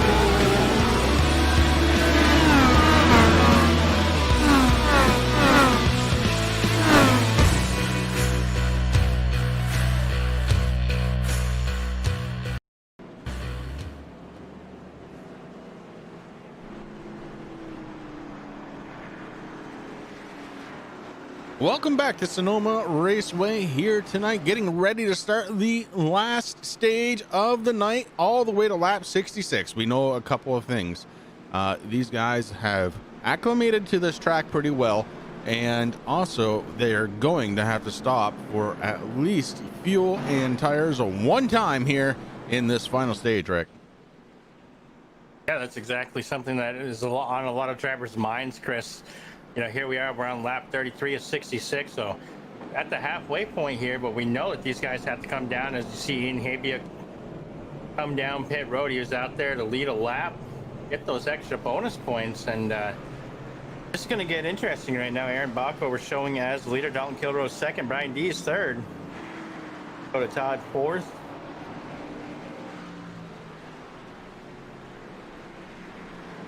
So a lot of interesting things going to be happening, and you know, having a green flag pit stop is going to change a lot of things. I mean, now this is where we're going to see where all the strategy that guys have been thinking about all night long show up, and it's going to be neat to see how this pans out. Oh, it sure is. And let's take a look at, well, let's look at your new race leader. It's going to be the 44. That's TNA Motorsports Zone. Aaron Backover, Dalton Kilroe going to start to his outside. Brian Dees in the 17 going to restart in third. Dakota Todd in fourth. And newcomer Joe Tice. Tice is going to restart in fifth spot. Jason Powell in sixth. Rick Thompson in seventh. Jamie Walker in his number 88 going to start in eighth. Derek Garrison up 10 spots to restart this one in ninth. And Taylor the Butcher Benjamin going to be restarting in 10th spot. Rick, pace car lights are off. We're going to be getting ready to go here in just a moment.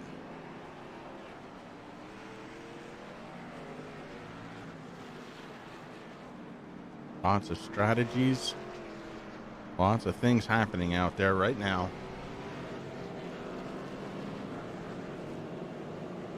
Aaron Backover last on pit road on lap number 22.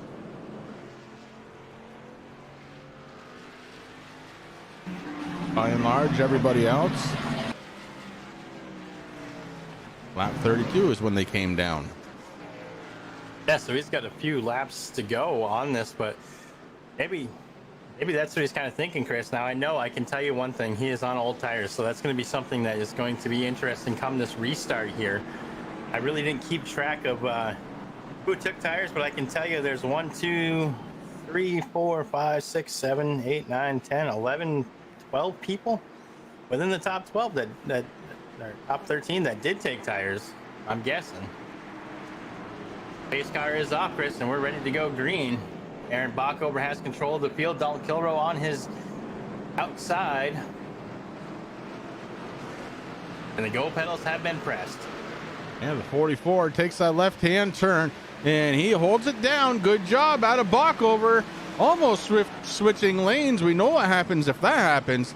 But on those old tires, Backover not able to do it. The right-hand turn, the 41 with the advantage. Here comes the 17, the 42, the 5th, the 63. It's 3 wide here at Sonoma. At 3 wide, these guys hitting it hard, Chris. It's not the last lap yet, boys. You still have quite a few to go, but man, what an outstanding restart. That was a lot of fun. That's what I like to call. Newcomer Joe Tice up there in third spot. Rick, he is definitely starting to sniff out that race lead once again. Remember, he led every single lap there in stage number 1. Got the penalty on stage number 2 for crossing that line, crossing into the inside line before the start-finish line. So took that EOL penalty, had to come in and serve that. Dropped him back a little ways, and the 42 is making his way back up towards the front. Dalton Kilroe, Brian Dees, the only drivers ahead of him right now. Dakota Todd just behind, so Todd able to watch and maybe learn something. And Jason Powell rounding out the top 5. And some big moves going on here, Chris. Aaron Backover down to 8th position, so he's up 6 from the start of the race. Now in 9th position as Derek Garrison able to get around him. The 44 and the 8 have been racing a little bit there. The 8, ooh, big move. Ooh, hang on to it there. Good job, Garrison. Garrison holds on somehow, and that kind of lets the 44 scoot on through. I'll tell you, Aaron Backover might be pulling something here, Rick, that nobody else is thinking of. And boy, if he's able to do it, he might have a strategy here. We're just gonna watch and learn. It could be really, really fun. The 44 out there on really old tires. Not a lot of fuel, but just enough maybe to try and pull something off. If he does it, I'm going to laugh. The 18, Powell off the track. That's not the way to get our attention, bud. As the 18 spins it down.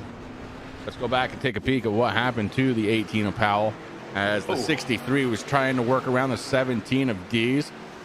Powell drives it down hard into the inside. Oh, makes a little contact with the 17.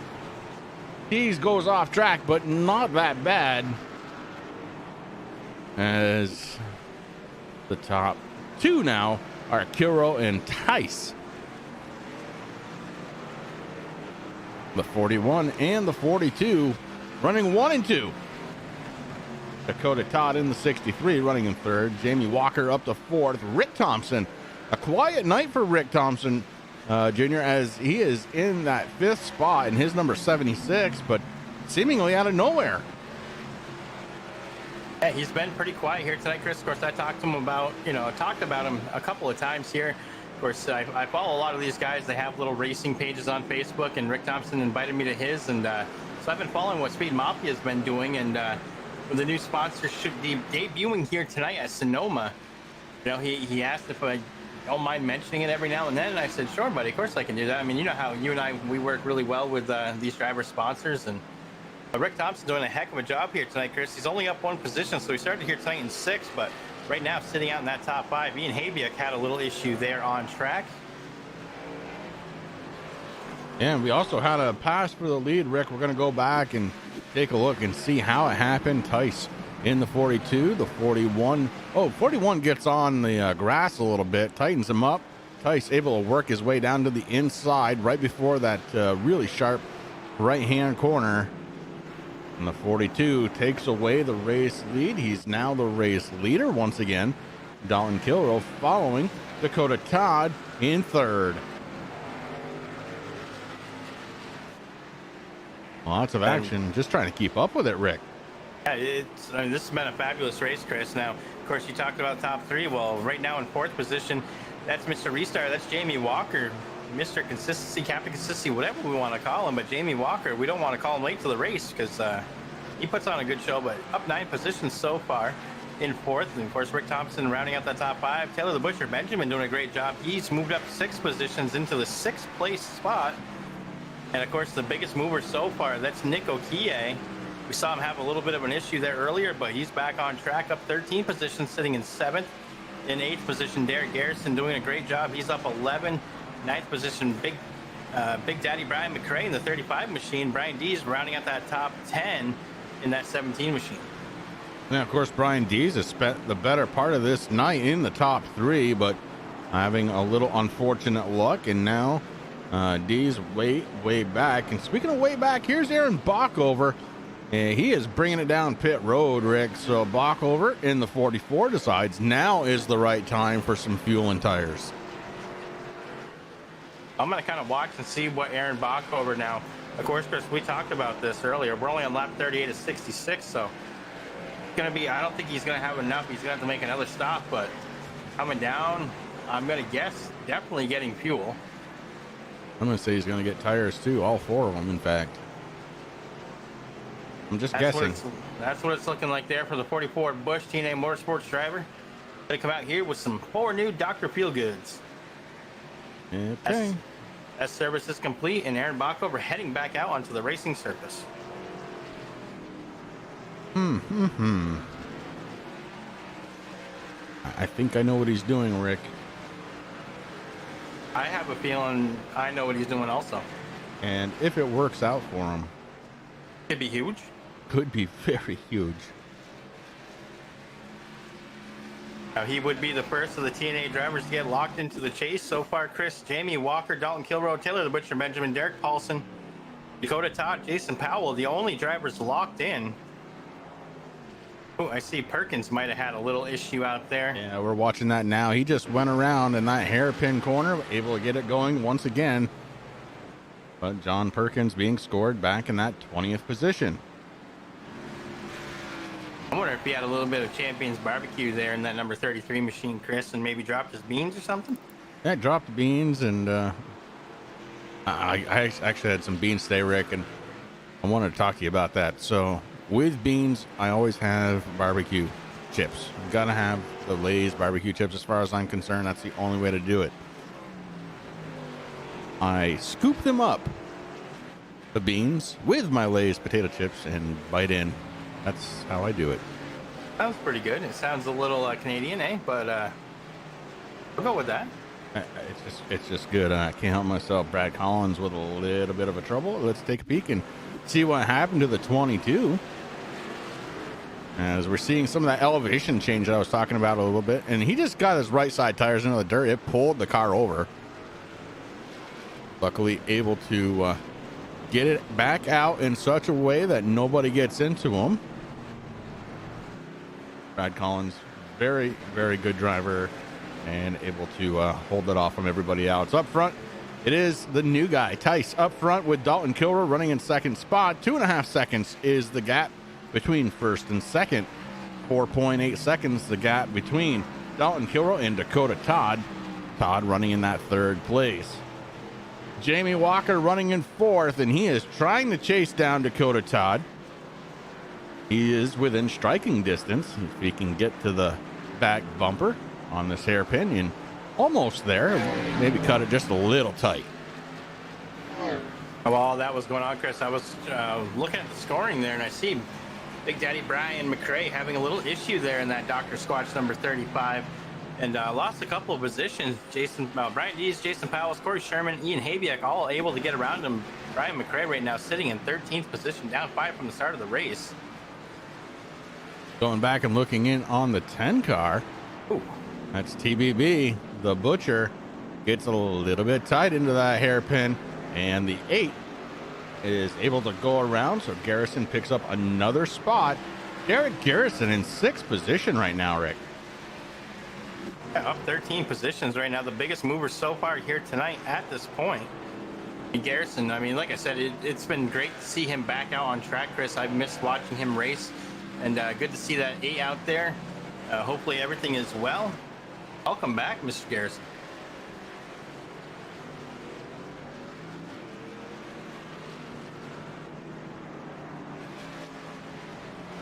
I'm looking at timing and scoring, Rick. 32 seconds separates.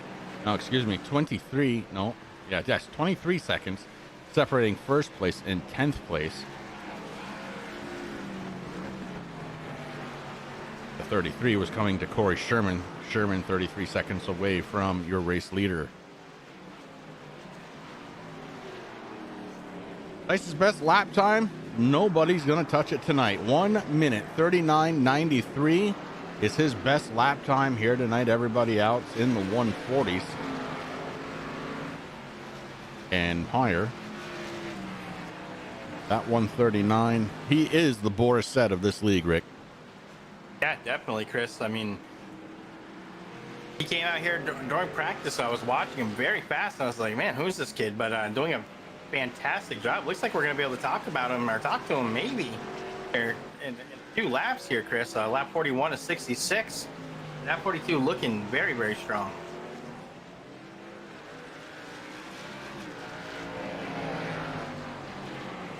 So Garrison is the biggest mover. Nick Okie right behind him. Okie has actually gained 12 spots to get inside the top 10. Nick Okie having a fantastic night.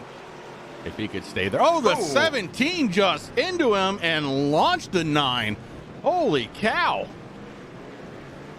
Looks like Okie maybe left a bumper there on track, Chris. That is unfortunate. Let's watch that one again. Because the 17, I don't know what happened to the 9. Oh, he was slowing down a little bit. And yeah, maybe he got a little bit loose coming off the corner. The 17 just hard on the accelerator, and the 9 goes around. Heavy damage to the 9 car. That's something that the other drivers have to look out for too, Chris, because with this new damage model, the parts will stay on the track there for a little bit, and you can definitely come in contact with it. So I was hearing over the driver's radio, a couple drivers going around just saying, hey, watch out for the bumper.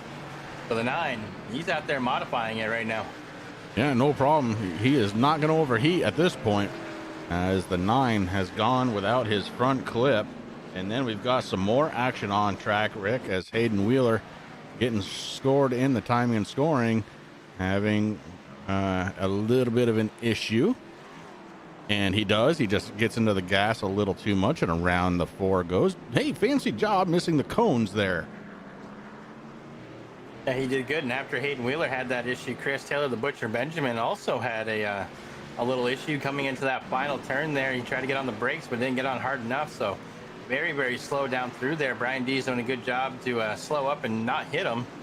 Then, of course, Hayden Wheeler, bad luck just continues as he had an issue after his first one in that last corner again.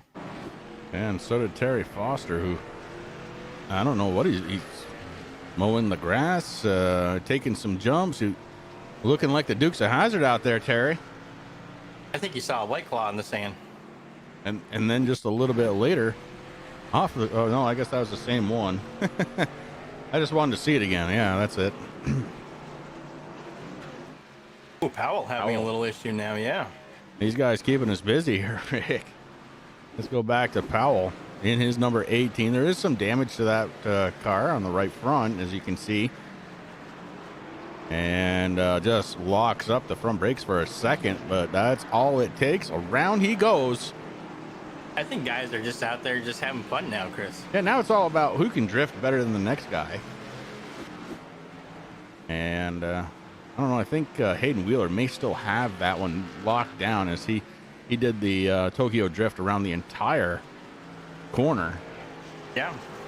I think these guys are just trying to petition Mark and Sam to start thinking about maybe having a rallycross series. Maybe some of these guys got new handbrakes for Father's Day, so they're just testing them out. I'm going to go with that. Yeah. That would be something stupid that I would do, so I'm going to say it. Well, top 3 are Tice, Kilroy, and Jamie Walker. Walker has finally made it into the top 3 by getting around Dakota Todd. And Todd does sit in that 4th spot. Rick Thompson up a spot. He's in 5th.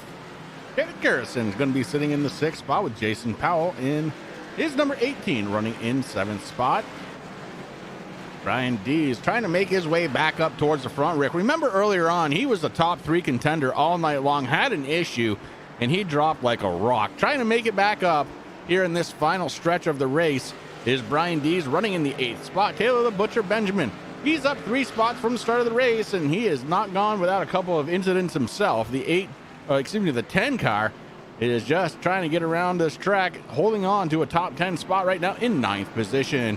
Nick Okie, he's got a modified tour going on right there, as he has got no front clip whatsoever. Don't even know how the hood's staying down at this point, Rick, but it is. And Okie sitting in the 10th spot, up 10 spots from the beginning of the race.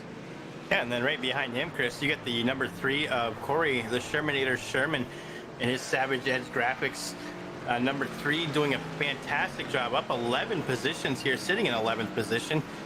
Brian McRae in that 35 Dr. Squatch Machine is sitting in 12th. Ian Haviuk, the Hurricane, right now is sitting in 13th. Yeah, and he's got some serious damage, Rick. Let's go back and take a peek, see what happened to him last time by, because he was ahead of the 35.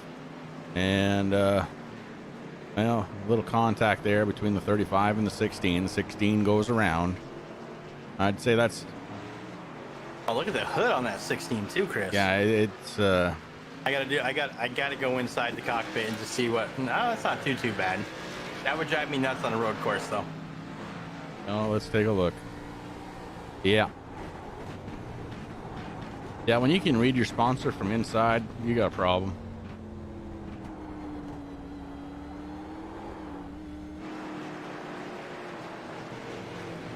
Didn't mean to cut you off, but I had seen that there was an issue there. I had to get it reported. He left off with Ian Haviuk, Rick, in 13th spot. After him, it's Aaron Bach over in the 44, and he's running a different kind of strategy, isn't he? Yeah, he definitely is, Chris, and it's going to be interesting to see how this works out for the 44 TNA Motorsports team. He's got something up his sleeve, Chris, and I think we're going to be seeing it soon here. We're on lap 44, 66. So time is starting to run down. I see a couple of people already starting to go down the pits, and one of those people is the 22, Brad Collins. We get to talk to him with Terry at the Grid Rock. Collins got his pit service done and has left the pit lane, so back out there. The guys starting to come down, get their service, and continue on to the end of the race. Yeah, right now, two guys on pit road. It's John Perkins and Casey Campbell. The 83 and the 73, or excuse me, the 33 and the 73 on pit road right now. And we'll see if they make it back out on track. Derek Paulson, I believe he's probably done for the night, Rick. It looks like he is out. Unfortunately, Paulson not able to continue on. He is one of the drivers, though, that is already locked into the chase. Yeah, I mean, it helps out a little bit that, you know, it's off the shoulders there of the driver of the number 6 machine. And, you know, maybe just not having fun out there, had a little bit of damage, called it a night. Says, hey, listen, next week, Chicagoland, I'm pretty good there. So, gonna take it easy, I think, for the rest of Father's Day. Joe Tice up front as your race leader. Dalton Kilroy, Jamie Walker, your top 3. Let's go ahead and take a look at those drivers who are locked into the chase already. Jamie Walker comes in on top so far. He is running in 3rd spot. And then it is Dalton Kilroy. That's the driver just ahead of him. The 88 and the 41 maybe getting it on here pretty soon. Taylor the Butcher Benjamin is one of those drivers that's locked in. Currently, he's being scored in 9th position. Derek Paulson, we just talked about him, unfortunately. Not going to be able to continue here tonight. Dakota Todd, one of those drivers locked in, Rick, and he's running in 4th position. And the last guy that's locked in, it's Jason Powell. And Powell right now having a good night. He's inside the top 10 in 8th.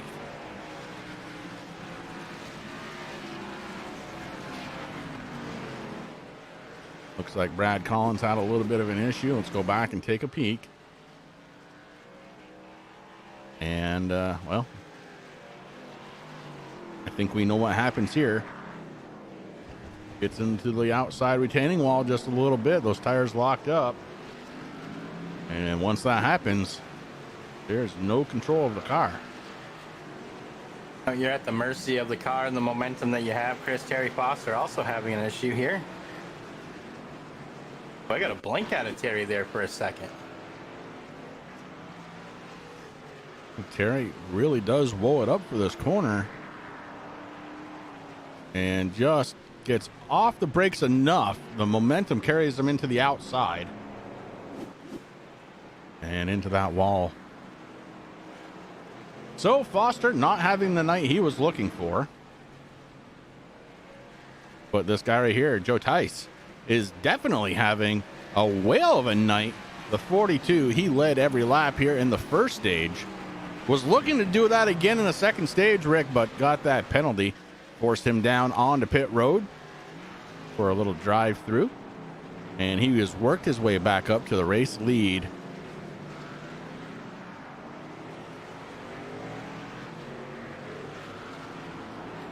And that's outstanding, Chris. I mean, had to come down pit road to do a drive-through penalty for a black flag for changing lanes on that restart there after the first stage, and you know, fell back to 10th position and worked his way back up through. And you know, he's definitely here to show these guys that he came to race.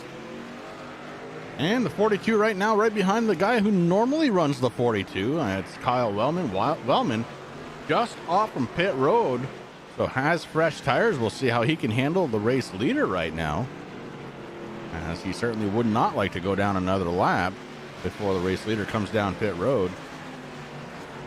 And I would expect Rick to start seeing some of those top guys maybe deciding, oh, the 42 makes a hard move to the inside, almost loses it. Takes the inside away. Wellman gives him plenty of room. And the 42 able to get around in a pucker moment. In a very big pucker moment. What a pass for the race lead. Well, I guess he was already the leader, but man, what a pass for the leader. As that one could have gone the other way very, very easily. Right now, we've got a battle hanging out for the second spot, as they've gone back and forth a couple of times already. The 41 and the 88, Kilroy and Walker, battling for that second spot. Walker, the last time he got passed by Kilroy, lost a little bit of time, now trying to catch him back up. But there was a pass there for second, and then Kilroy, just about 3 seconds later, passes him back. Yeah, both these drivers right now, Chris, kind of running similar lines, so kind of interested to see. I mean, these are the two most winningest drivers of the season so far here at the Blazing Pedals CRJ Karting K&N Series. And they always put on a good battle, and they're definitely not disappointing here in Sonoma tonight. Oh, the 88 comes off from that corner across the start-finish line a little sideways, heading in turns 1 and 2. That second turn with that higher elevation, Rick, that is a tough corner. It's a blind corner when you're in the car.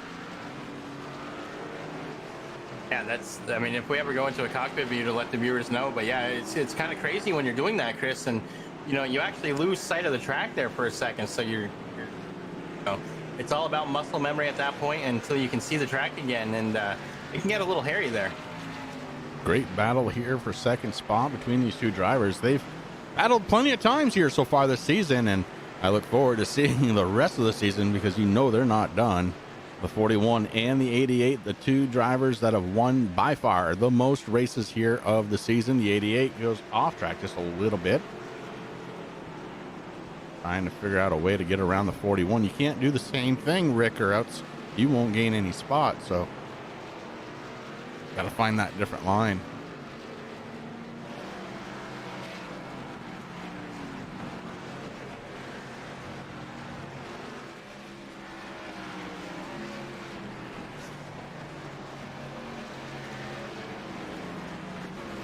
And it looks like right now, Alan Kilroe is safe and secure in that second spot.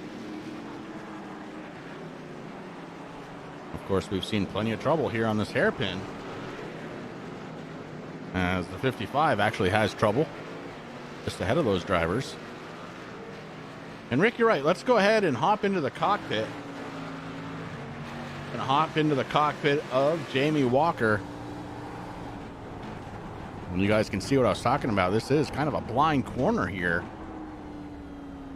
Especially when you're driving, you're not really paying attention to a lot of things. And then you got to get set up for this left-hand turn. And then you've got a right that's pretty sharp. On the gas and off the gas.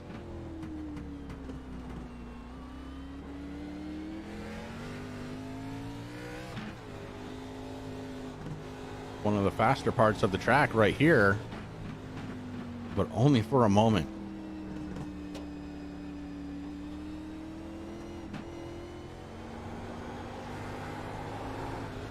This is the fastest spot of the whole track right here. You can really get some speed up, but not before you have to get on those brakes, Rick, and you got to make that hairpin corner just right. We've seen so many issues here tonight on that corner.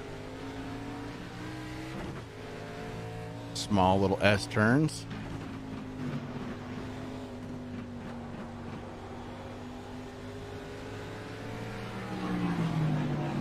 Going around Brad Collins in the 22, setting up for another right-hand corner.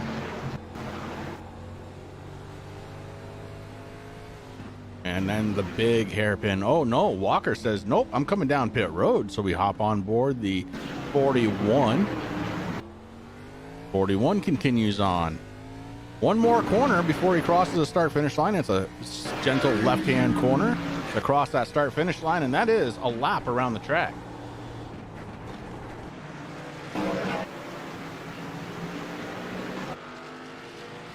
Three drivers in right now out of the top five. It's Walker, Todd, and Thompson. Kilroe and Tice decide to stay out. Garrison stays out.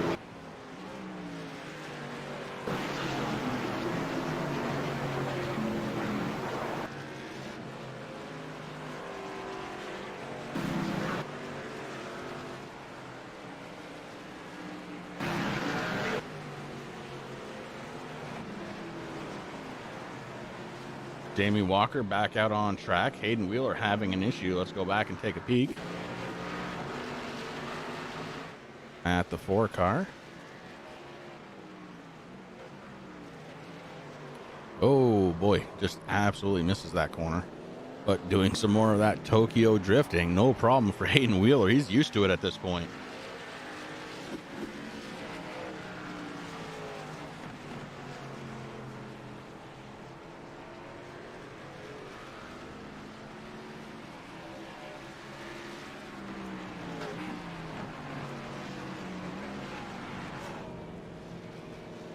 $16 laps to go. Next time by. Oh, Tice decides he's going to pull it down.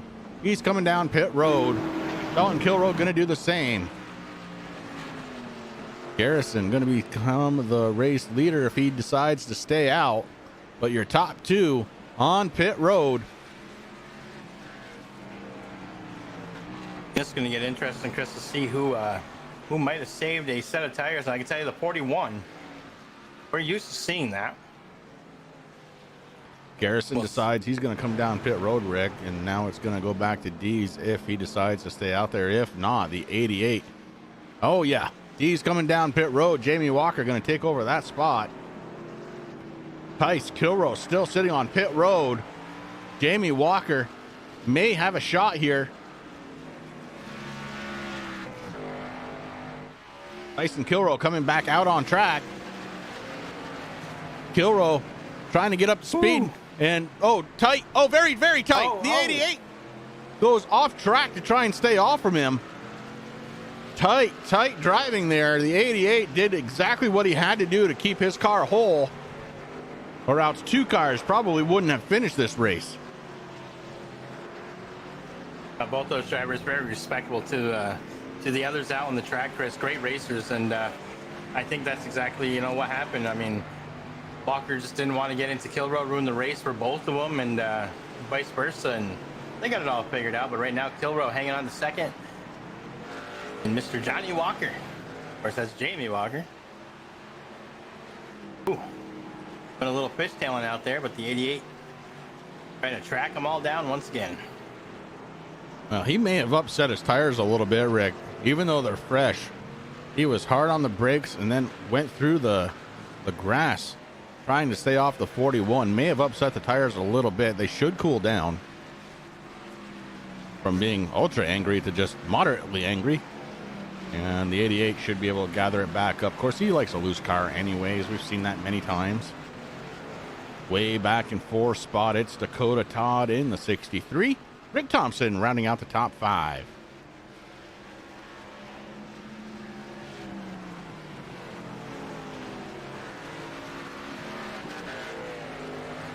And that should be the last of the green flag pit stops, except for one.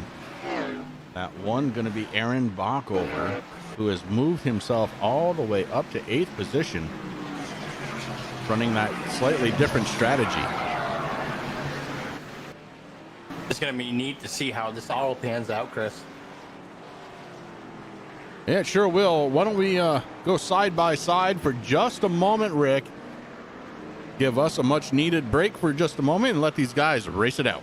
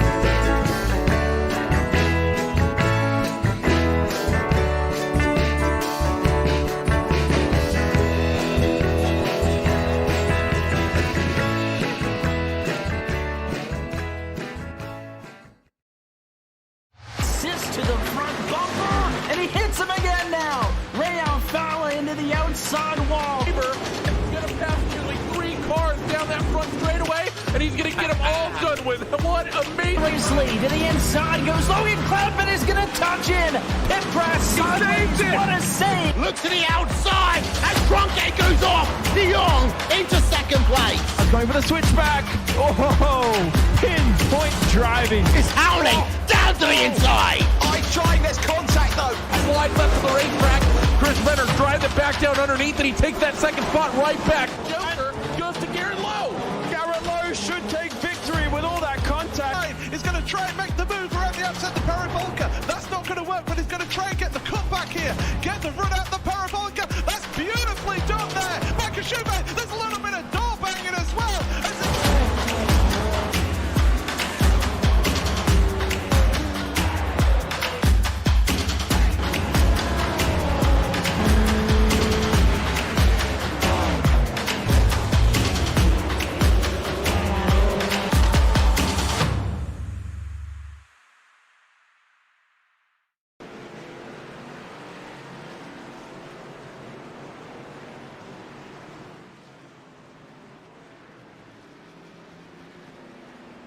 Welcome back, ladies and gentlemen. You're watching the TRJKarting.com Blazing Pedals K&N series here on the Turn 3 Racing Network. And Ricky just made a little bit of an announcement to me before we came back to live racing. And it was that the 44 Aaron Bockover hitting pit road. Yeah, you're absolutely right, Chris. Down there getting his service on the 44 Bush machine. And he is down and complete now and getting back out to the racing surface. Right now, Aaron Bockover sitting in 12th position. We'll see if that sticks as Brian McRae goes around him. And, of course, Ian Habiak. So Aaron Bockover now 14th position, but back out on the track. We'll see how this pans out for him. Now, the good thing for Bockover is his car is ultra clean right now, Rick. Not a lot of damage on that 44 machine. And he's certainly going to have the opportunity to try and catch and pass a few of these drivers. Bockover right now a strong contender for a top 10 finish, and that would go a long way for that gentleman because it has been rough here for the last few weeks. Yeah, it really has. Bockover having not quite the finishes that he wants and getting tied up into other people's problems. And this is going to be a big confidence boost. Now, let me tell you, I'm proud of him right now, being happy for him because Aaron Bockover has been practicing all afternoon here at Sonoma, Chris. So putting in a little extra time, and we'll see if it pans out for him. Right now, Aaron Bockover sitting in 13th position, up 1. He started this race in 14th position. But we'll see what he can do as he's starting to reel in the number 16 TRJKarting.com DJ Harris Designs. Oh, what a Camry. And I think it's a Camry. I can't tell by the front anymore. Whoa. It is. Oh.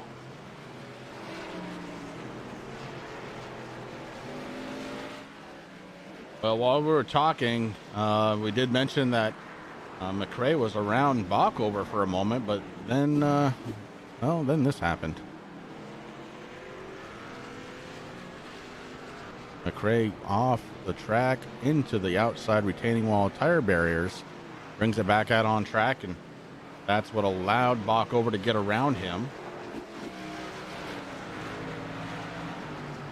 So Bockover right now has the freshest tires on track, Rick, and it's just going to be a matter of catching those drivers ahead of them. There's a few of them that are definitely within striking range here, as our race leader, Joe Tice, is still screaming around this track. Last time by a 1:40.57, fastest of any other driver out there. But lap times, I'm looking at them, Rick, they're all faster than they have been. I'll tell you what, though, on lap number 50, Joe Tice pulled down his best lap of the race with a 1:39.47. That's just blistering around here in Sonoma. Jason Powell still trying to make some moves as he gets around Derek Garrison. Garrison pushed back into the 7th spot. Jason Powell on the outside of 5th spot looking in. Needs to try and catch the driver of the 76, Rick Thompson.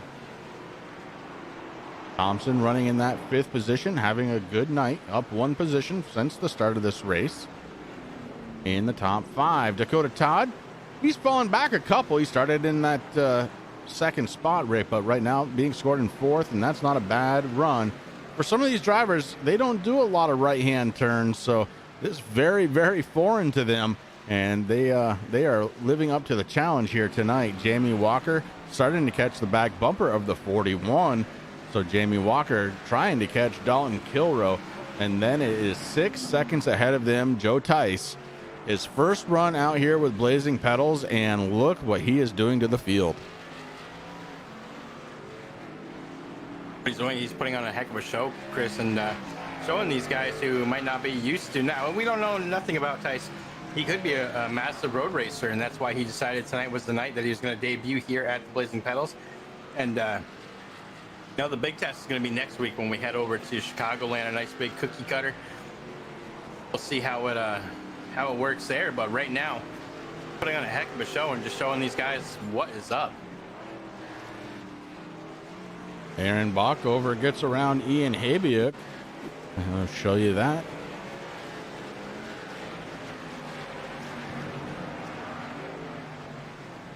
Gets around, sets up for the inside of the corner. Habiuk can't really do anything with it. That machine has seen better days, but the 44 able to motor on by. So that's another position for Aaron Bockover. Right into the wall goes Bockover. Oh, a big miscue out of the 44 machine. And that allows Ian Habiuk to get by again and really allows the 35 to try and catch him. So McRae now going to try and battle with Bockover. Rick, that's not what Bockover had planned for this set of tires. No, definitely not, Chris. And he's got to remember, I mean, fresh tires, whenever you get fresh tires as a driver, Chris, get them Dr. Feel Goods in there, and that's exactly what it is. You feel good. You out there, you don't give them enough time to really warm up and rubber in.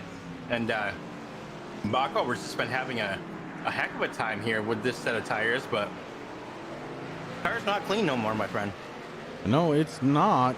And just ahead of him, his teammate Corey Sherman in the 3 car. Sherman's had a good night. He's up 10 positions from the start of this race. Slightly faster last lap than Bockover. 7/100ths of a second. As your race leaders, right behind the 35 of Brian McRae. So Bockover, with that spin, is in terrible trouble, Rick. He might be going down a lap. Yeah, you're absolutely right. Right now, he's working side by side with his teammate, Corey Sherman. Bockover takes the position away.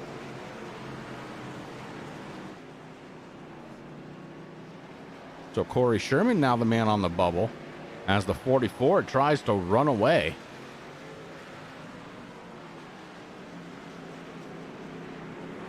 You know, Chris, it's crazy to even think this, but yeah, you're absolutely right. I mean, these guys on the bubble of getting knocked down a lap. I mean, we're talking 13th and 12th position here.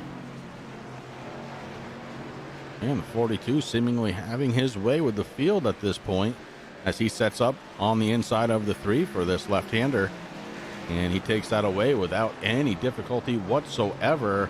So now it is Bockover who is on the bubble here to go down a lap, setting up for the hairpin. And Bockover just wants to use those fresher tires to stay away from your race leader, Joe Tice. But Tice so much faster right now.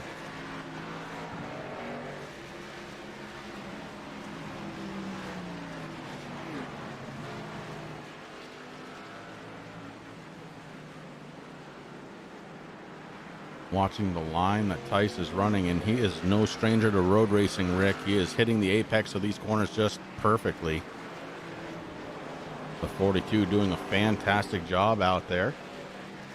7 seconds behind him is second and third place. Dalton Kilrow, Jamie Walker, Kyle Wellman having an issue. Let's go back and take a peek at that.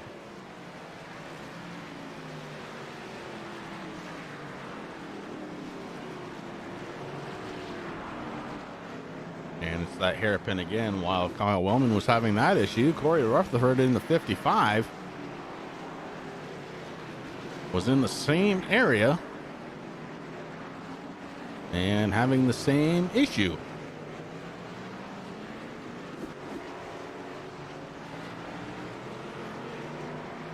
And Aaron Bockover, unfortunately, could not fend off your race leader.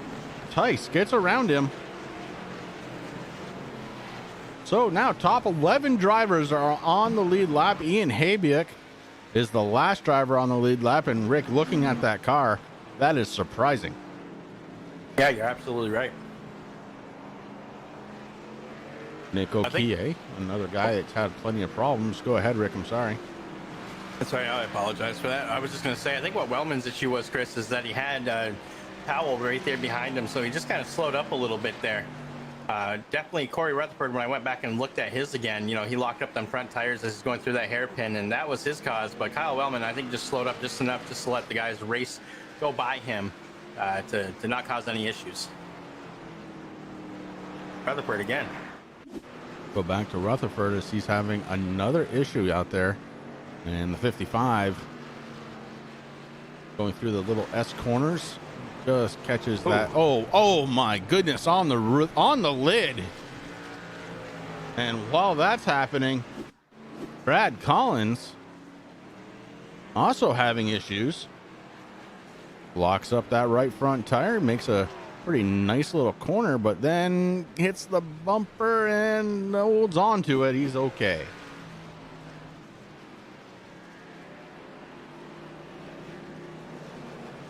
How about Hayden Wheeler? Wheeler out there, he's been sliding around this track all night long, perfecting his drifting technique, and right now being scored in 15th spot. But it has been this man all night long. By far the most laps led. Joe Tice up front by about 8 seconds, 8.5 seconds over his teammate. Dalton Kilrow in the number 41, the Lost Cause Racing Machines, running 1 and 2 right now. But TRJKarting.com, number 88, running in 3rd spot. They're going around the 3 of Corey Sherman. Sherman trying to give up plenty of room, knocks down a couple of cones.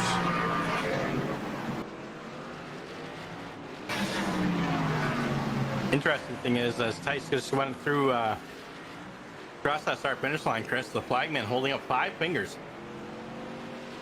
My goodness, you're right. This thing is almost done.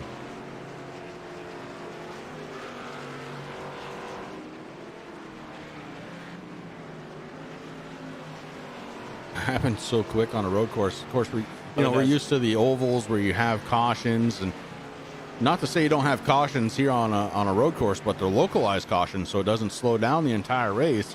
The leaders are able to just keep on motoring, and boy, does that make this thing go by quick. It really does. Those laps just been ticking off, Chris, like crazy, and I don't know. Firing something very crazy happening, like a weird mistake out of that 42 machine. I think he might have it here. Yeah, that could be true. Almost a 9-second lead over the 2nd place and 3rd place runners. Dalton Kilrow, Jamie Walker, they're going to be battling it out here for 2nd spot.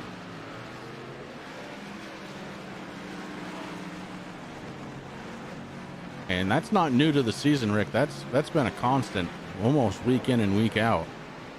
Yes, it has. Those guys have been battling it out like crazy. I believe 5 wins apiece now.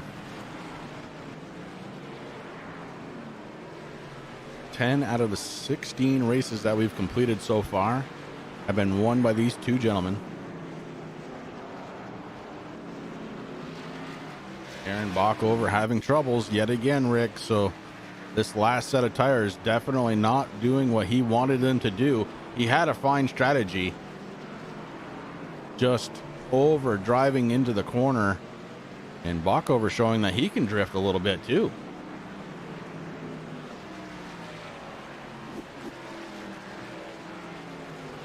And definitely these guys having fun doing their drift practice. That's a given here tonight.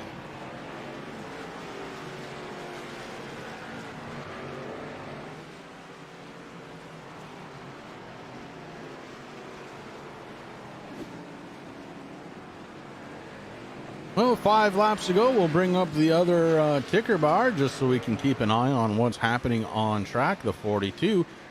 Tice, your race leader. Kilrow and Walker, 2nd and 3rd.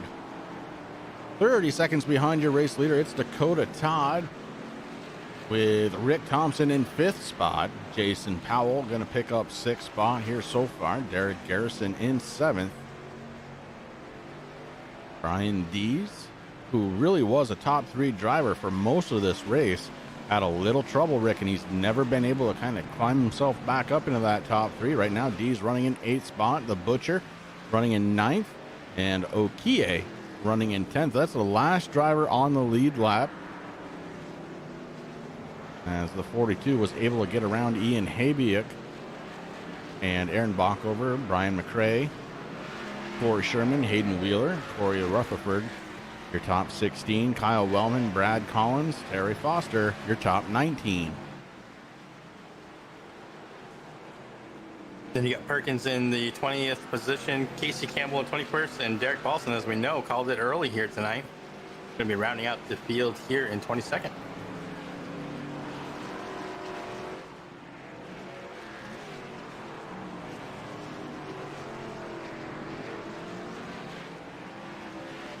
Ryan, good to see you out there, bud.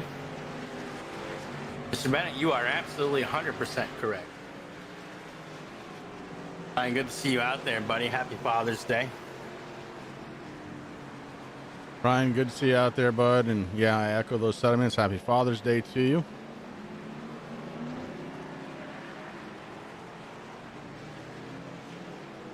Joe Tice, your race leader, and I've never seen somebody kind of dominate a road race quite like this, Rick, and he's done it a couple of times now, because if you recall, first stage he led every single lap, and then he started as the race leader in the second stage, had a little trouble. He actually changed lanes before the start finish line. That gave him a penalty. He had to do a drive through the pit road. He had lost the lead. I think he fell back to 7th or 8th, if I remember correctly. He worked his way back up, and now is your race leader. He's led most of stage number 3. Yeah, there's only one other person that I can remember doing this on a road course, Chris. And if you remember back in the trucks, it was the driver of the number 68 truck, Ashton Slice, going crazy at that track at that was Daytona, wasn't it? Was it Daytona or Charlotte? It was Charlotte. Actually, I think it was both. It might have been.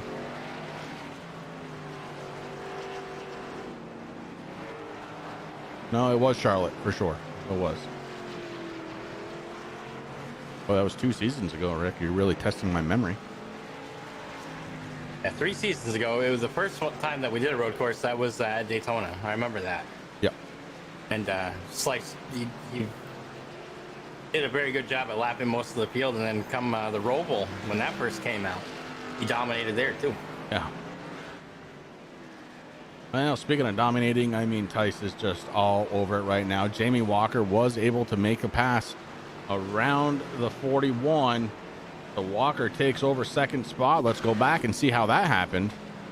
Gets a little sideways coming out of the corner, but has a head of steam. Takes the inside away from the 41. The 41 knows he's there, so Kilroe gives room. And the 88 launches off the corner, takes that spot away from Dalton Kilroe. So, 2nd place runner going to be Jamie Walker. And too little too late, bud, because he's got like 9 seconds to try and make up to get to Tice.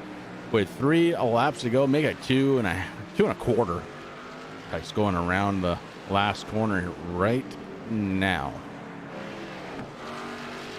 Obstacle sticks in the air. 2 laps to go for Joe Tice.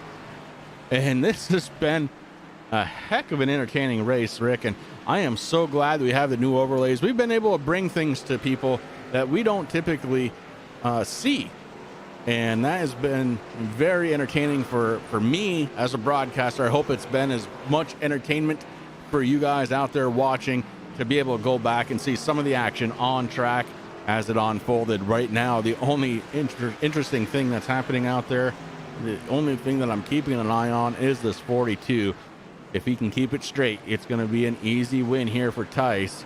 Of course, I can say that because I'm not the guy sweating. Yeah, exactly.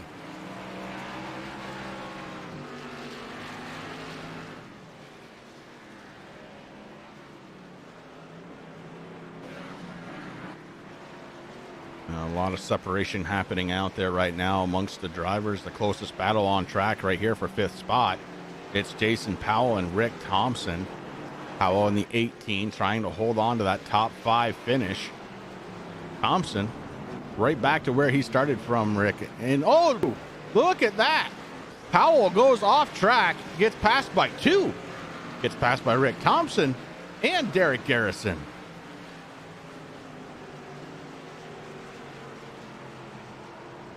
That was huge. That was huge, Chris. And I mean, it's the end of the race, 2 laps left to go. You know, these guys are tired. I could just imagine how their arms feel. Hopefully a lot of them have air conditioning in their racing rooms. If not, woo. White flag in the air. 1 more lap to go. Less than 2.5 miles. I don't see anything happening to that 42, Chris. Well, the only thing I see, dominant. Yeah, the only thing I see is the gap increasing. I mean, Tice is just not letting up at all. He is keeping that same drive and action happening. Tice wants this race win, and boy, I think in about a mile and a quarter, he's going to have it, Rick. Yeah, you're absolutely right, David Bennett. Thank you very much, sir. Thanks for hanging out with us, me and Chris up here, and all the fans of the Turn 3 Racing Network here on YouTube. Had an outstanding night, man. I mean, not much we could ask, better for Father's Day. It's been a great race here at Sonoma. Watching this 42 dominate, like Chris said, the first stage, having an issue in the second stage, racing his way back up and dominating this third and last stage. The flagman, he's getting ready to start waving some flags, Chris. He's getting ready to work out his arm. Yeah, the 42 making it look easy out there. I guarantee you he's going to come on and say he worked really hard for it, but and he did, Rick. He absolutely did. Yeah. But, man, he did make it look easy. 10 seconds back to Jamie Walker right now. As the 42 takes that last hairpin, sets up for that left-hand turn. 9th place, Taylor the Butcher Benjamin just in front of him. The Butcher going to stay on the lead lap, but the 42 takes the checkered flag here from Sonoma Raceway. We'll go back and check out the battle for second spot. It looks like the 88 is going to take that handily, and Dalton Kilroy in third. Dakota Todd setting up for that hairpin turn to finish this race off. Dakota Todd in that 4th position. Being very ginger, the 3 just ahead of him, a little bit slow right now. We got one car that's tied up on the wall there, Rick. I don't know who that was. I don't know who it was either. They're just chilling there. It may have been Ian Habiak, possibly. But this man right here, your race winner. Ladies and gentlemen, we're going to step away for just a moment, take a break, and when we come back, it's going to be the post-race interviews. It's going to be Joe Tice, Jamie Walker, and Dalton Kilroy, your top 3. Guys, we are going to be right back.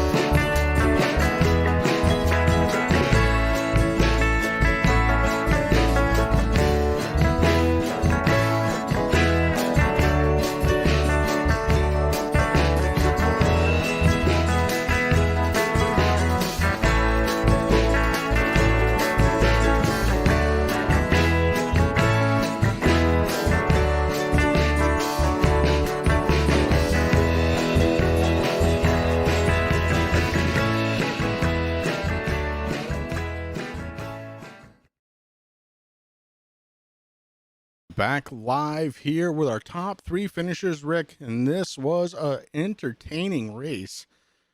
Again, because of this new overlay, we're able to capture a lot of stuff that normally would have gone missed, and it was a lot of fun to get this thing out there and get it done for you guys here tonight. Let's go ahead and bring in the 3rd place finisher, Dalton Kilrow, who had a great race of his own. Dalton Kilrow, driver of the number 41. This is Chris and Rick up in the booth. You got a copy? 10-4. Well, bud, it was a very good race. You led some laps, but ultimately coming home in 3rd spot here tonight. Did you have anything for the 88 if you could have gotten a little closer to him? Man, I really don't know. I burnt my rear tires up trying to keep him behind me for about 10 laps, and then he got underneath me going into 11 one of those times, and I knew he was gone. I was kind of low-key hoping he'd have a little mistake getting around those lap cars. Just no, it is what it is. I'll take a P3 and a good points day. Definitely a good points day, and finishing right behind the guy you're chasing isn't the worst thing in the world, so not a horrible night at all. Who do you got on the 41 that you need to thank tonight? Well, as I normally do, Daddy-O's Barbershop for being my sponsor for this league. They're awesome.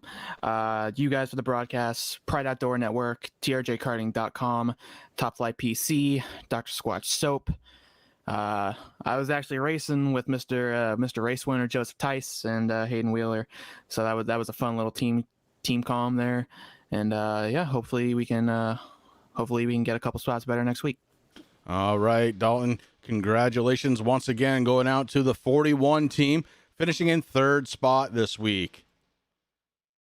Thank you. Finishing in 2nd spot, Rick, I believe you had a chance to catch up to him. It's the 88 of Jamie Walker. Jamie Walker, you got Rick and Chris up here in the booth. You got a copy, buddy? Yeah, I got you guys. Go ahead. Oh, hey, man, I see that you ran out of fuel there on the cooldown lap, and you got pushed there to the start-finish line. But, man, what a great race for you. Up 11 positions from the start to take over 2nd, man. Congratulations. Tell us a little bit about your race. Yeah, it's kind of an up and down night. I mean, I drove straight to 2nd there on that first stage. And then I don't know what happened on that 2nd stage. I don't know if I had a bad set of tires or what, but the car just went completely away from me, and I don't know what happened. Let me tell you, man, you put on a heck of a show. I mean, worked your way up through the field and did a great job. So I know you're not really big onto road racing, as we've heard from you before, but man, you did a fabulous job here, and we look forward to seeing you at Chicagoland next week. Anybody on that 88 you would like to thank? Skittles, my number 1 fan. You guys up in the booth, you guys are doing a great job. Blazing Pedals for putting this league on. TRJ Karting, my car, and yeah, that's all I'll say. Happy Father's Day to all the fathers out there. Thank you, buddy. Hey, listen, happy Father's Day to you also, and congratulations. Bring that momentum. I don't even have to say it because I know you're going to be up towards the front there next week. But enjoy your week, and we'll see you next Sunday, bud. Hey, don't jinx it now. I'm on a good run now. Don't jinx it. That's my job. But congratulations, buddy. Thanks, guys. I'll see you next week. Take care. All right, 2nd place finisher, Jamie Walker, and that leads us to just one more guy to talk to. We said his name wrong a couple of times at the beginning of the broadcast, but it was corrected quickly. Joe Tice, this is Chris and Rick up in the booth. Do you have a copy? Yeah, I got you guys. Well, bud, first time out with the Blazing Pedals guys, and well, you won by about 10.5 seconds here tonight. It's gotta feel good. Yeah, man, that's awesome. I love road courses. I was talking with the guys, and they're like, "Oh, you ought to come join us. We're doing a road course this weekend." And I was like, "Oh yeah, I'll definitely be there." So, are you gonna run any more, or is this it for you? Are you gonna be the Boris Said of the Blazing Pedals League? Well, I told them, I was like, I can't run it all the time. I've got a few other commitments, and I don't like to be on every single night of the week. But I'll probably make some appearances here and there. All right, Joe. Anybody on your car that you need to thank tonight, bud? Actually, before you do that, I also want to say happy birthday, bud. Thank you very much. Oh wow, happy birthday to you. Yeah, I every few years I get the birthday Father's Day combo, so that was pretty cool. That is pretty cool. Well, that leads me right back to it, though. Who do you got to thank on that 42 car tonight? I thank Pride Outdoor Network and Dr. Squatch and Mark Arthur for putting it this league on and inviting me in. Like I said, I had a really great time tonight. Thank you guys for the broadcast. Thank my wife for giving me some time out of the day to come hang out and do this. And yeah, I guess that's about it. All right, Joe. Well, happy birthday to you. Not a bad way to celebrate it by taking away the race win. What a heck of a way to bring in your car for the first time here and put it into Skittles Victory Lane. Rick, that's going to do it here for tonight, and it was an absolute blast. Yeah, it really was, Chris. I mean, pretty exciting racing out there. Congratulations to Joe and happy birthday. And Jamie Walker, Dalton Kilrow, Dakota Todd, Derek Garrison had a great one. Looks like the biggest mover here of the night with 14 positions gained, Chris, rounding out that top 5. So congratulations, you guys. It was a great time, man. And listen, I'm ready to cool off and get ready for Chicagoland. Yeah, let's do that. But before we do, let's take a look at the race results.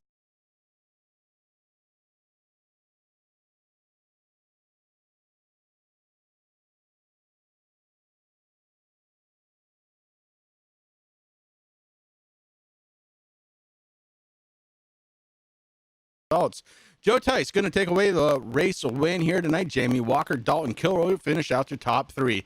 Then it's Dakota Todd, Derek Garrison, Rick Thompson, Taylor the Butcher Benjamin, Jason Powell, Aaron Bockover, Nick Okie rounding out the top 10. In 11th spot, it's going to be the 35 of Brian McRae, Corey Sherman in 12th, Brian Dees, Ian Habiak, and Hayden Wheeler round out the top 15. Corey Rutherford, Kyle Wellman, and Brad Collins rounding out the top 18. And then, come on. And then it's going to be Terry Foster, John Perkins, Casey Campbell, and Derek Polson. And for whatever reason, my thing didn't want to work it. So, oh, there we go. Let's do that.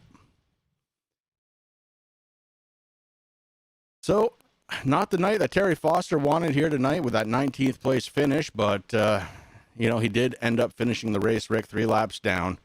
And a lot of other guys come away with a little bit of a disappointment. Next week, though, it is Chicagoland Speedway back to the ovals to finish up the second half, really, of this season and bring us to the championship. And I'm definitely looking forward to that, Chris. Yeah, for Rick, this has been Chris up in the booth here on the Turn 3 Racing Network. Check us out live every single night here on the Turn 3 Racing Network on YouTube. And we want to say thank you. Everybody out there, stay safe. Remember, there's still a pandemic going on out there, so keep yourself safe from that. And we will see you next week.